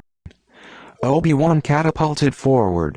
He worked in tandem with Ciri now, the two of them flanking the bounty hunter. This time when she furled her whip, he leaped high to meet it, corkscrewing his lightsaber around and around so that the whip would tangle momentarily. He knew that Ciri would take the opportunity to attack. Blaster fire pinged next to him. It was very close. He hung in the air, holding on to the whip, every muscle straining. She tried to twist the whip out of his grasp. Her strength was extraordinary. He felt his wrist wrench and he began to fall. The whip spiraled out, free again. He used his fall to twist one more time and surprise her with a roundhouse kick. Her second blaster flew from her hand and she let out a howl of rage. Ciri bounded forward to join him as he landed. Now they had her cornered. She restored the whip to normal mode and sent it flying high to wrap around a drain pipe nearby. He saw that she meant to escape. She never stayed if she felt she was losing. She pulled herself up and over Obi-Wan and Ciri, using the whip to propel herself high above their heads. For a moment her body hung motionless in the dark night sky. She was holding on with one hand. What was she doing with the other? "Ciri, watch out!" Obi-Wan cried, as a third blaster appeared in Onanabis's hand. At that moment, Addie charged through the door to the roof. She leaped high, slashing at the bounty hunter's whip. She neatly sliced it in two. A surprised look came over Onanabis's tight features. She hung suspended in midair for one quick moment. Then, without the whip's support, she tumbled over backward and fell through the inky night far, far below. Chapter 21. Qui-Gon, Obi-Wan, Ciri, and Addie stood outside a small building near the Senate on Coruscant. "Ready?" Astri called. "Ready," Qui-Gon answered. Astri flipped a switch. Halo lights glowed, spelling out TII's new CAF. Astri sighed. "I guess it still needs work. That's what I get for using fly as an electrician." "At least the food is good," Charlie said. He held up a chunk of spicy arisa. "This is the best I ever tasted." MMMPH, Top agreed, his mouth full. Whis handed him a napkin. Astri beckoned the Jedi inside and placed them at a center table. She poured tea for them. "I don't like having Fly as a partner, but he promised he would go straight," Astri said, "and he did find investors for us." The cup stopped halfway to Qui-Gon's mouth. "Legitimate investors?" "Of course." Diddy bustled forward from the bar. He had lost some weight during his illness, but had regained his rosy cheeks and merry temperament. "Fly and I have learned our lesson." "I hope so," Astri murmured. "All I know is, I'm keeping the financial records." "I'm sure you'll be a great success," Eddie said, toasting her. Astri sat down at the table with them. "Have they set the punishment for Zan Arbor and Sorn?" Qui-Gon nodded. "They have been exiled to a prison world for the rest of their lives." "I can't believe Sorn was an accomplice," Astri said, shaking her head. "Her best friend killed her son, and she still continued to do business with her." "Never underestimate the power of greed," Addie said soberly. Sorn wanted to make a fortune. Jenna Zan Arbor offered her that opportunity. She was the backing behind the scientific company on Belasco. Their plans nearly went awry when Zan Arbor was sidetracked by her interest in the Force, Qui-Gon added. The fact that her friend had a Force-sensitive son was too tempting for Zan Arbor to resist. And when Sorn found out what happened, her greed overcame her anger and grief. "They are quite a pair," Ciri said, grimacing. Astri got up to fix the lunch she had promised to the Jedi. Ciri beckoned to Obi-Wan and drew him into a quiet corner. "I just wanted to say I was glad to see you turn up on the roof to help me fight Onanabis," she said. I guess I thought less of you for fleeing the battle on Saurus.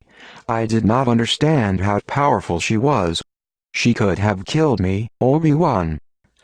I cannot imagine that, Obi-Wan said. The embarrassment on Ciri's face made him want to smooth over the situation. You were the best Padawan fighter I've ever seen. Except for you, Ciri said. I have fought you in temple exercises many times, Obi-Wan. I should not have questioned your ability or your nerve. I was wrong. The words seemed torn from her reluctantly. I have been wrong myself, Obi-Wan said lightly. As well you know. Addie says I have learned an important lesson, Ciri went on. She made a wry face. And I hate learning lessons. I thought too much of my own abilities. Even though I am a Jedi, I am not invincible. There are many in the galaxy who can defeat me. Now I understand why we were taught over and over that our motive must be sure, our concentration total. I underestimated the dark side of the Force. I will try not to do that again. And I know now that I will not always be strong. I will not be afraid to recognize when I am weak. An important lesson for Padawans, Eddie said, overhearing them. Obi-Wan threw a glance at Qui-Gon.